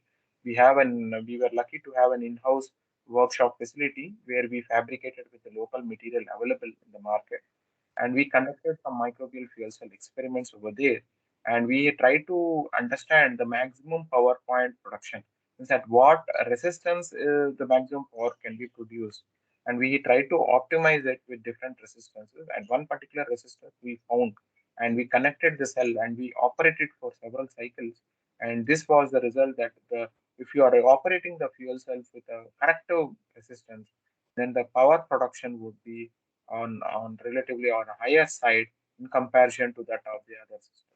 This is about 110 or 120, milliwatts per meter square of amount of power which is being generated. Apart from that, we have this anode potential and graphs. The anode potential is one of the measurement which we basically do that. This is for the the what do you say, the more is the anode potential, the better is the better biofilm formation, and better is your power production. So we also did that empirical calculations, and we also found that it was about 20% or less than 20% the actual power production which is actually going for the power production from the empirical calculations which I mentioned. So we did even polarization curves, and we have also calculated some slopes attributing the zone of activation losses, ohmic losses, and concentration losses. A lot of amount of losses we observed in our cells as well. And then further, what we did, we tried to address that by running still more long time and also try to make some modifications in the electrode, especially addressing the activation losses and the concentration losses. So instead of in the earlier cells which I presented, these results were of using, these results are basically used with graphite as the electrodes, but later we replaced graphite with carbon cloth, and the carbon cloth also in one system. Right, you have this particular system A, which is mentioned as only carbon cloth. In B, we have carbon cloth doped with nanotubes, and in C, we have other kind of a condition where carbon, it's not carbon cloth. We have used maybe an kind of graphite or some kind of electrode, basically to make a comparison once again. And in other case, we try to use a catholyte as a phosphate buffer instead of water, because in other three systems we used catholyte as water, distilled water for cathode reduction reaction. But instead of that, we wanted to see what if it is a cathodic buffer. So in this way, we have taken cathodic buffer. And when we made the analysis, so we did it in OC indicates open circuit, CC indicates closed circuit, and again open circuit. So we opened the circuit, we kept it open for the stabilization, biofilm formation, and then we closed it and we're seeing the performance to some time and calculated the power requirement, what is the power generated, and then we again reopened to just make sure was there any disturbance or alterations in the cell potential. We have seen that right from this day 1 to day after 120, you can see that the system has been stabilized, and you can use this fuel cell, and it was also performance wise. The carbon cloth coated with nanotubes was really working much better in comparison to plain carbon cloth and other conditions which we considered. Right? So we have also do other supporting analysis as well, like the polarization curves and the cyclic voltammograms, to see if there is any peaks which are there and those peaks corresponding to electron transfer and all. So we have done this cyclic voltammetric analysis and all, and we found that especially the system with the carbon nanotubes were functioning well. They are reducing currents and oxidizing currents were also on higher side in comparison to the other test conditions. This is also the polarization curve which we have looked at. That is all with the microbial fuel cells part of it. Then we have the microbial electrolysis cell. So this is for the biohydrogen production or the biogas production. So in our case, what we have done in experiment, as I mentioned earlier people used the chemical cathodes coated with platinum and all. So we replaced that chemical platinum with biocathode itself, and anode as such, it is a bioanode. And the another modification which we made it over here is that we use the effluent of the anode into the cathode. Hence, in the anode, we have used glucose solution designed heat, which results in VFAs, volatile fatty acids. Those volatile fatties are given as a substrate in the cathode chamber for the hydrogen production. So this is basically for the hydrogen production. The total amount of gas which has been released is about, you can see about 200 ml in you have at this particular voltage. We applied a negative reduction potential voltage, because if you don't apply potential, there is no the thermodynamically conversion of this particular compound of volatile fatty acids to hydrogen will not be possible for a long time period, because it's a weak acid, and weak acids are not easy to dissociate and consume by the bacteria. So when we use this potential, there are some specific microorganisms again in that particular inoculum, whatever we take, and those basically form a biofilm. But cathodic biofilm, especially under reducing conditions, because we want that to be reduced. So this is relatively a challenging task over the other kind of cultivating organism on the anodic side. So we were also successful in doing that, and we have also done some other experiments.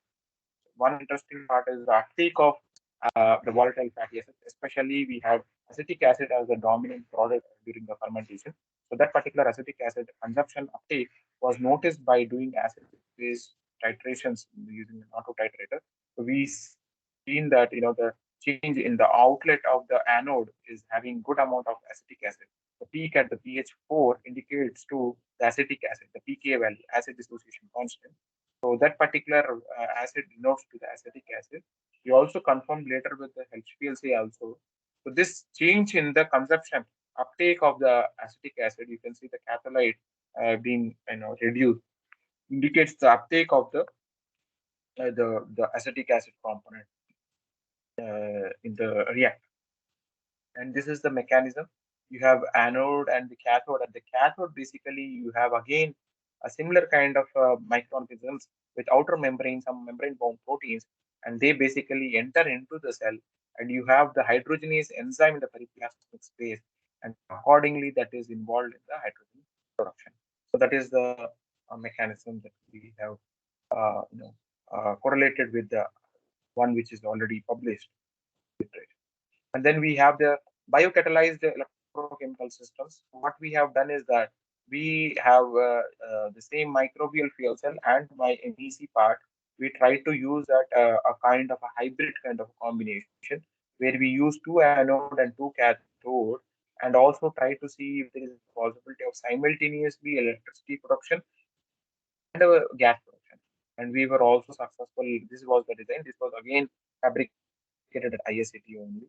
And we have noticed both the voltage production and also hydrogen production. I mean, this is cumulative hydrogen production. And this is the specific hydrogen yields that were calculated for different conditions: control, open circuit, short circuit, closed circuit, different conditions. And also some empirical calculations was made, the fraction of electrons that have been converted into either biomass, that is delta X, or the change in the hydrogen production or the charge production. We notice that especially in the closed circuit condition, we have relatively less amount of biomass formation, means the biofilm was scrapped, accordingly measured, and the amount of hydrogen and the charge. This is the tentative amount of fractions distributed, depending on the amount of substrate. Again, we carried out using design scientific field, using glucose as the substrate. Other kind of study which we carried out was microbial desalination, where we used three chamber systems, and we made a differentiation between an abiotic anode and abiotic cathode and biotic cathode by using algae as one of the mixed microalgae as one of the cathode component filled with mixed microbial algae. So in the desalination part of it, you have a saline chamber in between, and you basically use anode exchange membrane and cation exchange membrane, and basically separate the ions present in the saline chamber so that the middle chamber desalinates after a certain period of time, and that particular bacteria simultaneously in the anode, they really release the protons and electrons. And because of the electrochemical, because it's not only the because of the membrane, because of the bioelectrochemical gradient that is being developed, there is a desalination taking. So we made this comparative study, and we had a project. I was involved in that particular project, so I got a chance to present it in Europe as a new Indico project. I was happy to share that result. So that was my final phase of my PhD, where I was coming with the end of the results. So this was the preliminary results which we carried out with the open circuit and the whole circuit and the COD removal and the TDS removal part of it. So we noticed, especially with the abiotic cathode, was better over the biotic cathode, but that was only for the temporary observation. But later on, there were several studies carried out by my juniors. You can refer the publications from CSR, ISCT, different articles. In fact, there was a project also allotted from DST to work on this microbial desalination.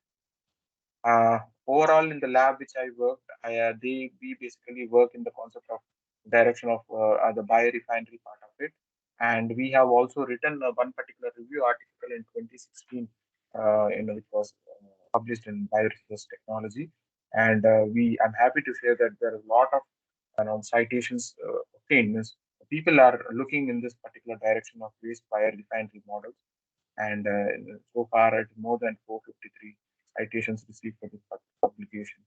Happy to share that with that.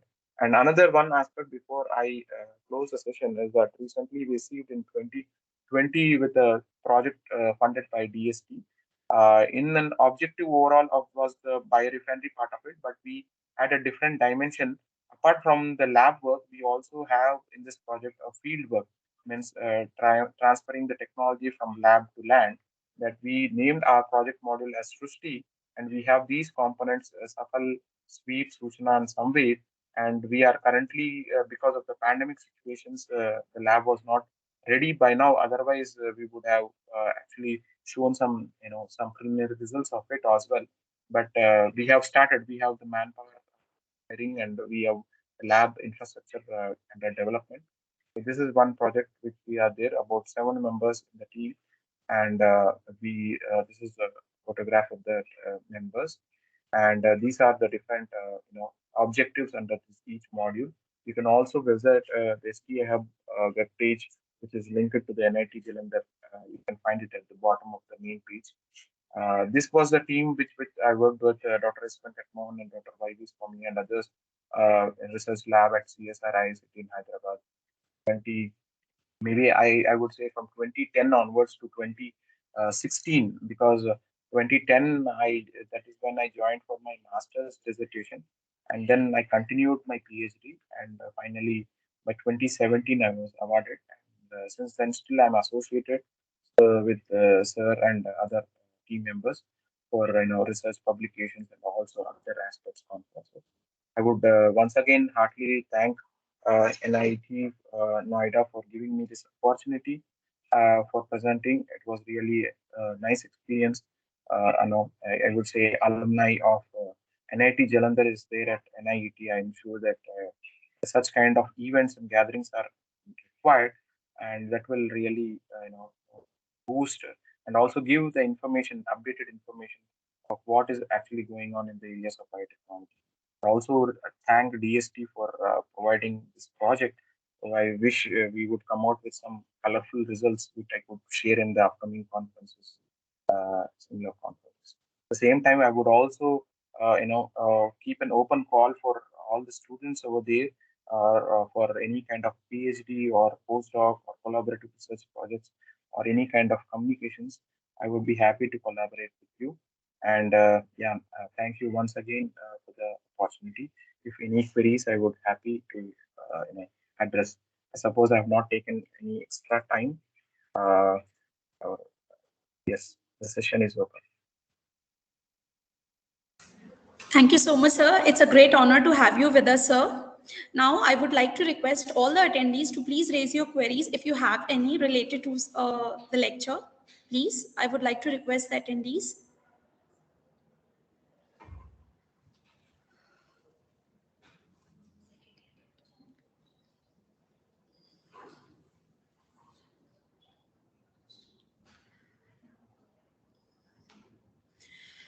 Or you can send us the mail also related to your queries. We would let sir know and he would reply back. So once again, it's a great honor, sir. On behalf of Department of Biotechnology, I would really like to thank you for this insightful lecture, sir. This has really provided us the deeper insights about all the, future of engineering as well as how industry works, everything, sir. It was a very insightful and informative lecture for us students, even as for the faculty members also, sir. So once again, sir, thank you so much for being there. Thank you, sir. Thank you all. Right. Bye.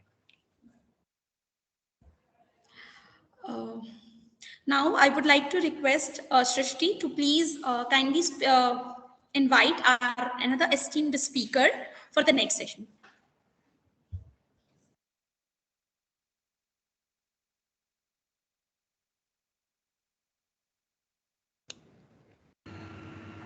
I would like to welcome our next speaker, Professor Nilesh C. Sharma, who is a professor in the Department of Biology at Western Kentucky University, Bowling Green, KY, US. He obtained his PhD degree from Bihar University, India in 1992 and completed his master's from Patna University, India in 1985. He also worked as an instructor and as a research scientist in the Department of Biology at Western Kentucky University. He was the former president of Botany section at Kentucky Academy of Sciences. He has about 39 peer-reviewed publications with a total of 2,601 citations, RG score 28.32 and H index 19 as tracked by the ResearchGate.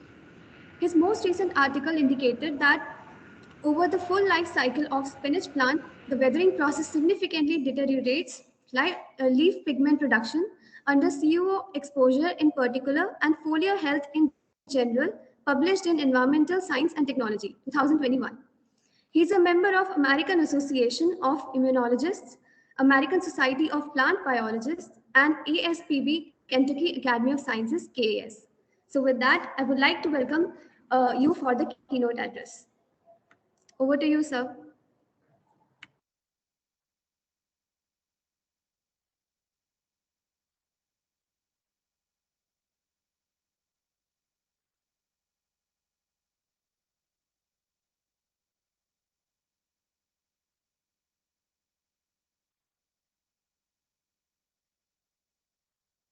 This occasion. First, Dr. Rashmi Misra, who is your department head, happened to be my student some more than 20 years ago. Hello, NIT. Thank you, NIT organizers. She approached me with a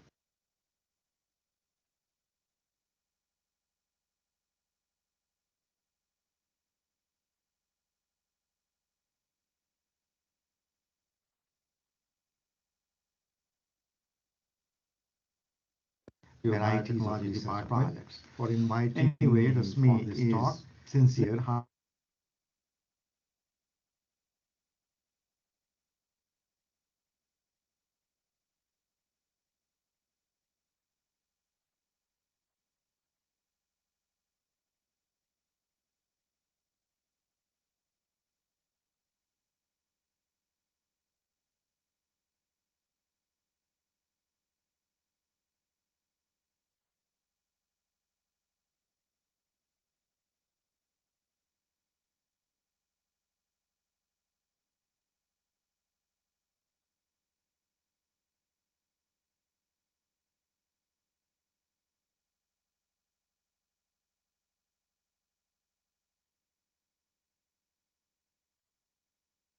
Faculty of Biotechnology Department.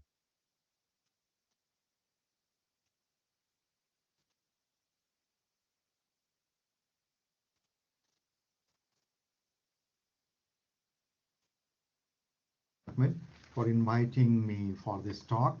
Let me first give you the background that led me to speak on this occasion. First, Dr. Rashmi Misra, who is your department head, happened to be my student some more than 20 years before at her master's class. She approached me with her insistence to participate in this conference, and I couldn't say no despite my tight schedules. She knows I am busy in teaching various levels of courses and then engaged in varieties of research projects. Anyway, Rashmi is sincere, hardworking, very steadfast. So I took up this opportunity. Let me give you let me introduce you the topic that I chose to speak or share with you.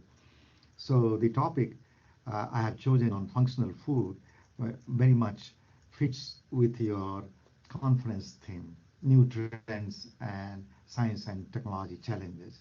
I'm going to introduce you the current interests in functional food, which is based on plant-based dietary system. This sounds the old wine packed in an entirely new bottle. Yes, no country other than India has the largest population of people that totally depend on plant-based foods, and they identify themselves as vegetarians. Yet, little efforts have been made in recent times to connect phytochemicals or nutraceuticals present in those foods to the overall health, wellness, or longevity aspects or prevention of many common ailments based on modern molecular and clinical studies. To establish the value of anything you related to health, you will have to connect the agent, in this case phytochemicals, nutraceuticals, to the biological markers based on molecular characterization, right? It is not just we eat anything and we can boast that that is going to help someone. So my talk will comprise three parts. I would like to introduce the concept, which is itself new, and then I will give you some examples of molecular and clinical studies that are being conducted in modern times. And at last, I would give some suggestions to the faculty how to develop a student-centered research projects, even with a small outcomes, to integrate students in research pursuit. All right, stay with me, and I am going to.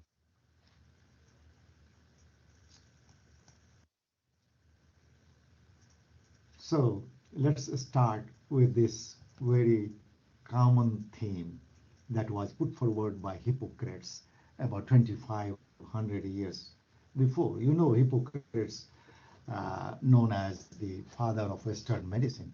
My belief is what he said 100 years before was already said, not only said, rather demonstrated by our Ayurvedic science and the pioneers who were working on it. But anyway, we can even start with this statement. So the background is functional food is a new concept, but with and about plant-based dietary system.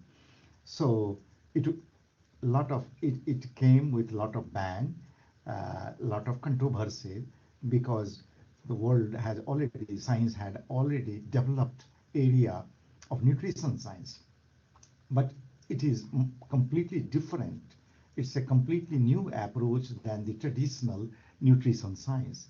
So traditional nutrition science includes the concept of balanced diet that is based on proportions of proteins, lipids, carbohydrate, and nucleic acids, right? Those that are the building blocks of life. And balanced food has emphasized for years, decades, that they are needed in appropriate amounts to affect health. So here we are departing from that old concept. That doesn't mean that is wrong, but it is much beyond and above that when we mean plant-based dietary system. So I will first present to you how different scientific organizations and different governments have adopted this concept by defining it, making a departure from the traditional concept of nutrition science or science based on macromolecules. So here in US, the National Academy of Sciences, which has a branch on food and nutrition, that has defined functional food as such: modified food or containing ingredients that have health benefit beyond the traditional nutrients it contains. By traditional nutrients, it implies the same four classes of macromolecules that I talked about. It is not about macromolecules. It is about phytochemicals or nutraceuticals that you see on the next slide. Okay. Why it is not?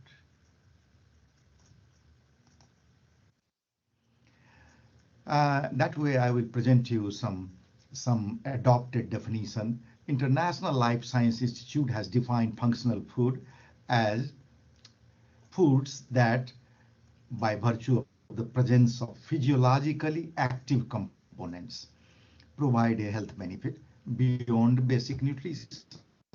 Always you will see these emphasis, these points of emphasis. Here in America, we have American Dietetic Association, which took a long time to adopt it because they had the traditional concept of balanced diet or nutrition. So now American Dietetic Association has adopted this concept by defining it in this way: whole, fortified, enriched, or enhanced food. Right? That is more importantly, that states that such foods must be consumed as part of a varied diet on a regular basis at effective levels for consumers to reap their potential health benefits. So you see now scientific organizations, agencies are adopting it and making a difference from the traditional concept of balanced diet. So here let me introduce this organization, Functional Food Center, right? So that is That is a large organization, international organization, based on thousands of scientists, doctors, physicians, researchers, academicians, based in here, Texas, Dallas. And the story is that this revolution started in Japan. In Japan, in the last decade of 20th century. And in the 21st century, it has made a lot of advances, published several books, organized international meetings, dozens of meetings at reputed centers of research and education like Harvard Medical School, Yale School of Medicine, and many others, Stanford School of Medicine, many international centers known for high level of research in Japan and Europe. So now it is a big umbrella, and that is engaging researchers, physicians, integrating people from all sorts, all interests, and then coming up to realize the potential of plant-based phytochemicals or nutraceuticals in managing health or preventing many conditions, right? So you see, I have highlighted some of the points. Biologically active compounds. It is not that just boasting that we eat a whole range of vegetarian foods that even include potato, right? And a lot of rice, but they do not have a lot of biologically active compounds. So precisely, what are those phytochemicals? How much we know the chemistry of those, how much they are present, and then how they connect with the biological markers, right? The markers that can tell you the health status of heart, lung, or other vital organs. So Functional Food Center aims to educate physicians, health professionals, researchers, scientists, students. It has become a large conglomerate, and the basic mission is to connect bioactive compounds, right? So with that, we are coming to a point, becoming a little precise. So this concept, functional food concept, is very strategic. It has to be targeted in a strategic manner. It is not that just eat whatever you like to eat, and that will keep you staying long or keep you safe against many conditions, including COVID-19 that we all are facing. No, it has to be a targeted effort. Targeted means you have to identify the food component with their chemical constituents, phytochemicals, what I mean, and then to whom it is being targeted. For example, cancer patients that are on chemotherapeutic drugs, they need to eat. So their food, what should there be, what kind of green vegetable or cereals or other components that might supply them necessary phytochemicals to overcome the side effects of chemotherapy. So that is the meaning of focused and strategic application. So here you see the functional food, the food items must include antioxidants, dietary fibers, prebiotics, plant sterols, polyphenols, a group of phytochemicals, very important, playing very important role and attracting lot of clinical studies and clinical interest. Flavonoids, particularly bioactive peptides. So I will show you, I will give you, that is the background of functional food and how this concept is yet developing. It is just 20 years old concept. 20 years time is a very small time for development of any branch of science. And so then I will give you certain, I have also put out the website of the Functional Food Center.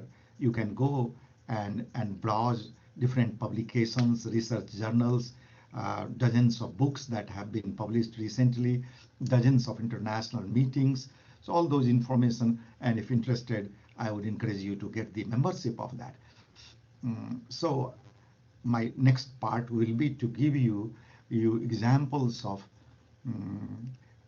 clinical studies based on molecular characteristics of functions, how these, so what are precise phytochemical and how they interact with the genes, and finally how they affect the physiology, right, resulting into overall health benefits. So, all right, let me see. Here I give you an overview of constellation of factors, right? We know most of these conditions separately. For example, let me start with hypertension, which is very common even among the adult population, young women and men. The case of cholesterol, dyslipidemia, or diabetes, or obesity, right? Mostly in some populations, not in young India. So if you consider them separately, suppose cholesterol deposit, right?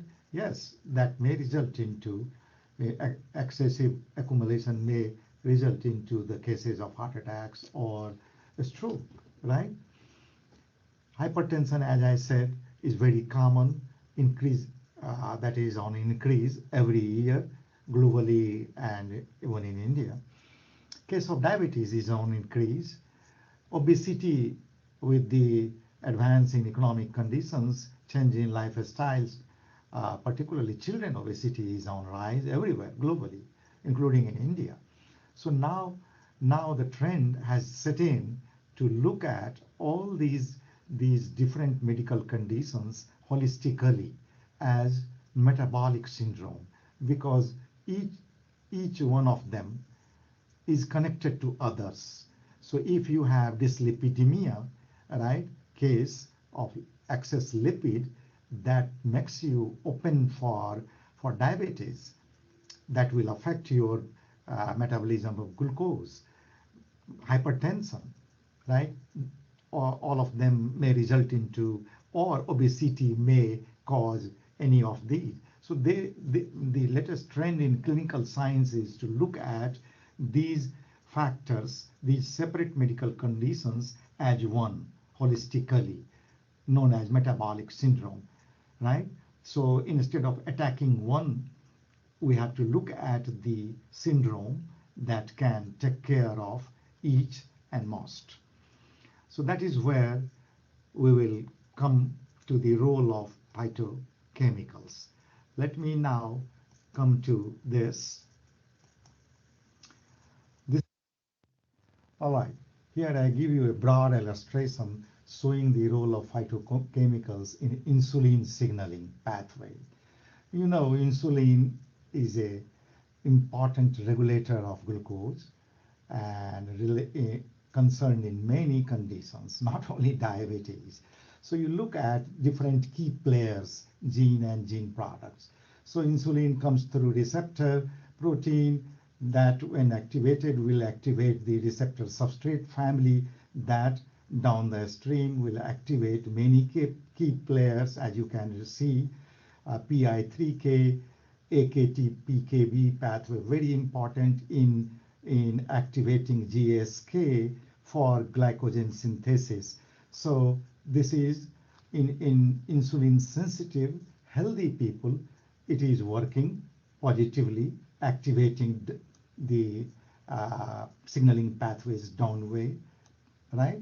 But if someone develops insulin resistance, and which is the normal case in diabetes type 2, so with that, these players will be depressed, downregulated, and it is where phytochemicals have been shown to interact with many of these key players at this level. So here PI, it can upregulate PI3K, it can upregulate, it has been demonstrated to show AKT PKB activation to this activation, right? This here. So another way this is about the insulin signaling pathway involved in regulation of glucose metabolism. Other side, let me show you when you are eating anything, glucose is the immediate substrate that is metabolized, so it will come from blood, it will be uptaken by the cell, and in a normal healthy person it should be uptaken, right, if this system is working well. So here it comes through glucose transporters and then will be trapped in vesicle. It should be trapped so that it can be converted into glycogen, all being influenced by normal functioning of this pathway, right? If diabetes is progressing, then they will be going in reverse order. So if persons are taking, or the therapy or the food is being targeted this way, I mean food rich in quercetin, resveratrol, all these are, particularly these two players, these two polyphenols have been shown, flavonoids have shown very broad effects with different gene players.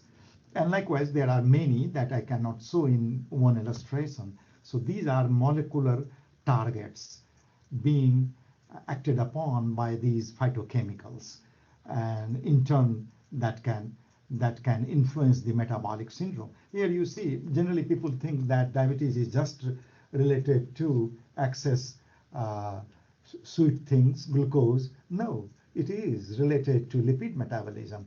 So if someone is obese or someone is eating too much of fatty substances, say for saturated fat, ghee, our ghee, then inflammatory pathway will set in. TNF alpha is important player there. So that TNF alpha will suppress, downregulate the very insulin receptor substrate family, and down the stream all the signaling pathway, right? So they are all interrelated. So through G protein, GTP will activate PKC, that will again doubly hit at IRS1, whole pathway affected. So they are interrelated pathways. That is what I wanted to convey, that metabolic syndrome should be seen holistically. All right, then I will move to another table where in this table what you see, you can see easily, these are the natural sources, berry fruits, very intensively explored. A lot of clinical studies have shown their efficacy. The major condition is this, diabetes. Biomarkers are these, you can read yourself, regulation of glucose, improving insulin sensitivity. These are the references that I have presented. Look for some others. Blueberry is versatile. That affects in multiple ways, affecting CVD, cardiovascular conditions, by these biomarkers, by regulating inflammatory gene expression, right? So here again, cardiovascular, these are the different food materials, particularly berry. Blueberry is versatile, and I get it here a lot. I was not eating it in India. I don't know whether that is easily available, might be now. So it has also shown efficacy against obesity. All right, I will move to the next. So let me close this, go to next. In this study, what I show you, the role of soya protein. You know, soya bean very rich in protein for we vegetarians. I am also one of the vegetarians. So this is the food that gives us a good amount of protein. So not only amount, not only quantity, I show you its role, and that is clearly different. That has been compared with the meat protein, okay? And so the role of plant sterols that are equivalent to cholesterol that come from animal origin. So protein roles have been examined variously. It has been demonstrated to reduce cholesterol and reduce the risk of chronic heart disease, right? It has been demonstrated to show reducing inflammatory markers, right? Like nitric oxide levels, particularly in postmenopausal women that were suffering from metabolic syndrome. Plant sterols, as I said, they are equivalent of they are equivalent of cholesterols that come from animal origin or dairy. So sterols have very positive role. They play a role in reducing cholesterol and thereby reducing the risk of heart disease. In metabolic syndrome patients, they have been tried and they have reduced substantially triglyceride and the bad cholesterol. So FDA, which is Food and Drug Agency, very important organization in US regulating drugs and food, they routinely they have made recommendation for the general population to include plant sterol at this rate to prevent chronic heart conditions. All right, I will move to the next. So in this slide, what I show you, how plant proteins have been compared with animal origin proteins.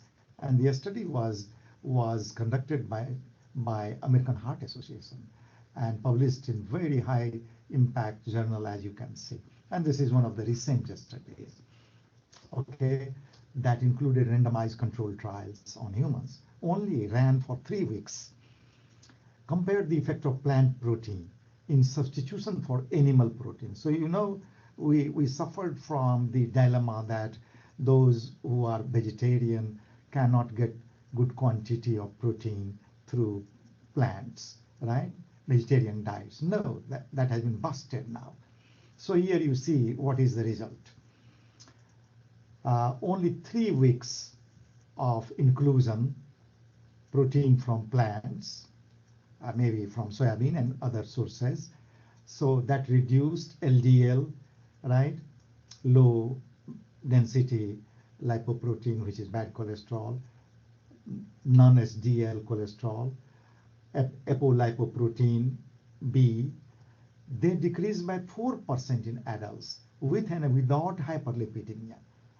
And what is the clinical implication? Implication is that here in US, it is has been studied in context of US population. 70 to 80% of populations, people, American people, they are lacking plant-based food. So that big gap is there. And that opens up the biggest scope for those populations, for these people to include plant-based food. And that is how American Heart Association is making recommendation to include plant foods rich in protein and some sterols. So USDA already made and included in their guidelines, as you can see, recommended plant-based dietary pattern for cardiovascular protection. So these are the modern studies being translated in clinical settings, right? So I will move on to the next, and before that I will have in this presentation what I am showing you very recent study published in very high impact journal Nature Medicine, you know, very current, where they sampled human population into aging markers and agiotypes. So based on markers of aging, they created different agiotypes, right? So longitudinal profiling they did. And they identified both known and new markers associated with aging, right? That connect with the molecular patterns that occur in particularly insulin resistant versus insulin sensitive individuals. So you have healthy people not having any problem of diabetes, insulin sensitive. You have people that are prone to diabetes or developing insulin resistance. So they sampled both groups. And what they found in the longitudinal setting, they observed personal aging markers whose levels changed over a short time frame, just in a time of 2-3 years. They discovered different types of aging patterns, right, in different individuals. So they named it agiotypes on the basis of types of molecular pathways. So now we have very good background to include food-based dietary systems for those who are sensitive, who are developing insulin resistance, or even who are healthy otherwise, insulin sensitive, to prevent such conditions. And there I am going to the next slide where you will see the role of some. Here you see I'm giving you some reference of uh, the top heart institution, Cleveland Clinic. Probably it stands #1 in the whole world in managing heart conditions, bypass or whatever. Discoveries have come, they have come here. So this is #1 heart center. And #1 doctor who has now retired from active practice, cardiologist, SLS Stein, and now has been made in charge of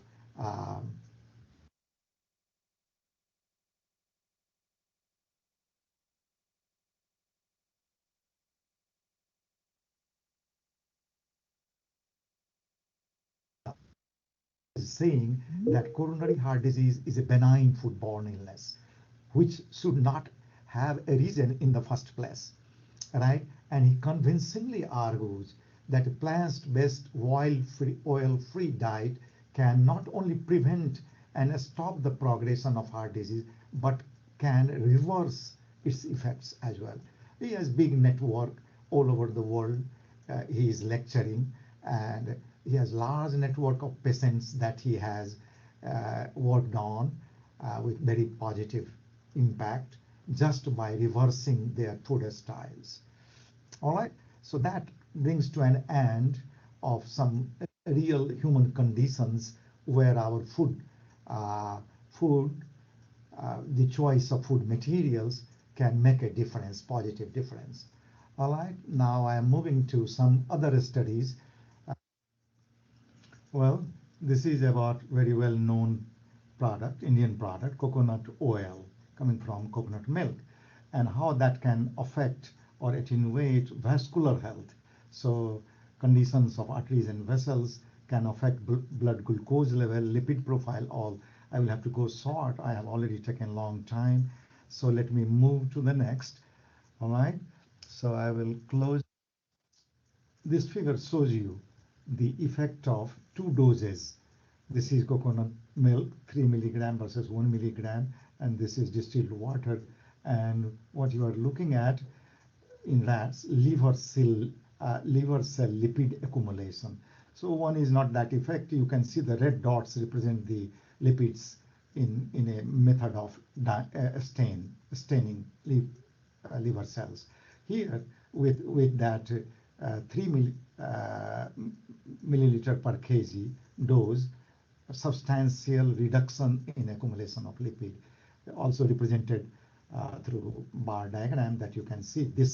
This concentration is quite effective, reducing the deposit of oils. So oil red O is used to stain lipid particles in the cells. So you can see that. All right, let me go quickly. In this presentation, what you see, as through the illustration, you can very well guess, this is the structure of the aortic arch, right? So this is the control. Compare with that, and what you are comparing that with the consumption of coconut oil, what effect it had on the accumulation of lipids, right, in the aortic arch. So with the higher dose, you can see it is substantially reduced, as also observed in the volume of the arch, also shown through this staining method. All right, so we will go on the next. In this presentation slide, what you are seeing that 6 weeks of oral administration of oil, right, affected very important player ENOS, protein expression, and CSE protein expression, right, in the thoracic aorta. So here you see this is protein expression, and also shown through this. You can through bar diagram, through Western, you can see the band and the same quantity you can see here. Higher dose is statistically different than the control. So it is increasing, this oil concentration is increasing this protective protein concentration, right? Shown by Western as well as the quantification. We will go to the next. This histogram depicts itself. You can check the role of particularly coconut higher dose, right? So higher dose, how that affects the liver enzyme, ALP. These are the kidney function markers. So blood urea, nitrogen, creatinine not making much difference, but you can see urea, that blood urea nitrogen decreasing, right? And so is the case with liver enzyme, ALP. Well, we'll go again quickly to the next. In this table, what you are seeing, again, 6 weeks of treatment of coconut oil, how that affected glucose level, triglyceride, cholesterol, all are important players. HDL, which is beneficial cholesterol, you need more, right? And you see, compare with the coconut, with the controlled distilled water. So here, of course, significantly affected. So glucose level reduced significantly compared to 122, right? Triglyceride, bad cholesterol, significantly reduced, right? Not reduced. Triglycerides were not reduced. That is what see. Even cholesterol were here not reduced. So in this case, what you see, of course, there are some changes, not much changes, right?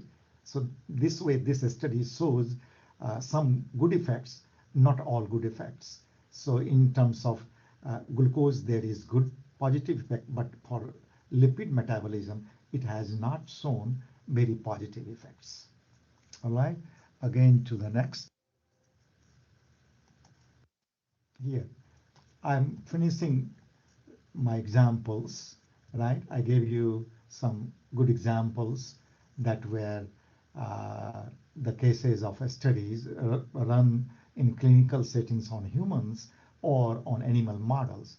Now, as I have been talking about phytochemicals or nutraceuticals, it might sound little uncommon to you what I am talking about. So I will give you a quick rundown, though I will not have much time to talk about that. I came to know that you have pharmaceutical science as well in your organization. So those guys might be knowing much better. And that is where I'm asking, if you are interested in such kinds of research, you should seek collaboration with them.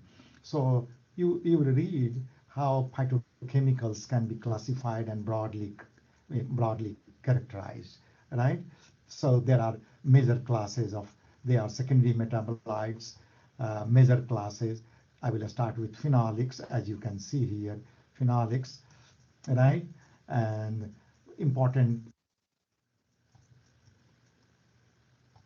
all right? So you see how flavonoids are referred to nature's biological response modifiers, and they have multiple efficacies. You can read yourself. I cannot go into that.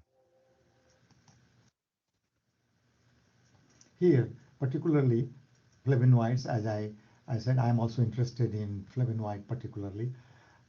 So resveratrol is one very common compound under that category, rich in red grapes and many other food, soybean and many others. And how a study shows that resveratrol has been found effective in increasing lifespan, increasing longevity. So read for yourself. And there are many in the category, and not only resveratrol, there are others that quercetin, which is also found in many food items, red onion, grapes, apple, and they have been found exerting multiple influences, positive influences. All right. So again,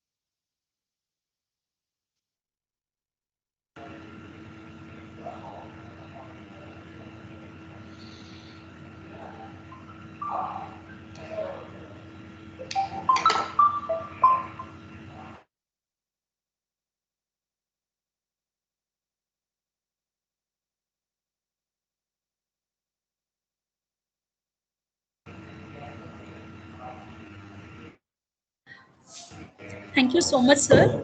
We're really glad to have you in this session, sir. It's a very insightful lecture. You have provided us a deeper insights about all the metabolic syndromes as well as all the related diseases. Thank you so much, sir. It was highly insightful lecture for our students as well as even for us, sir. We have also gained wider information about how to analyze the results and how to analyze the findings and everything. So it was a very scientific lecture. Thank you a lot, sir, on behalf of Department of Biotechnology. Thank you so much, sir. I would request Arvind sir to please Yeah.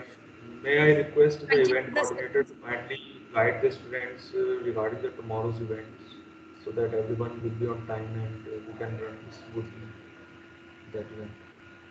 So is there anyone who is going to share the tomorrow schedule with the students? So one more thing, If it is necessary. I would like to request the attendees to please fill the feedback form. Shweta ma'am, please share the feedback link so that all the attendees should fill their feedback forms. It's It has been mandatory. shared, ma'am. Thank you so much, Okay, Shweta ma'am. Shweta ma'am, if you are online, then could you please share the tomorrow's event, like when it is going to start, when the students have to join? Okay, sir. I'm sharing the schedule in chat box. Okay, thank you so much. So everyone can leave this meeting now, and we'll meet you tomorrow at 9 o'clock in the morning.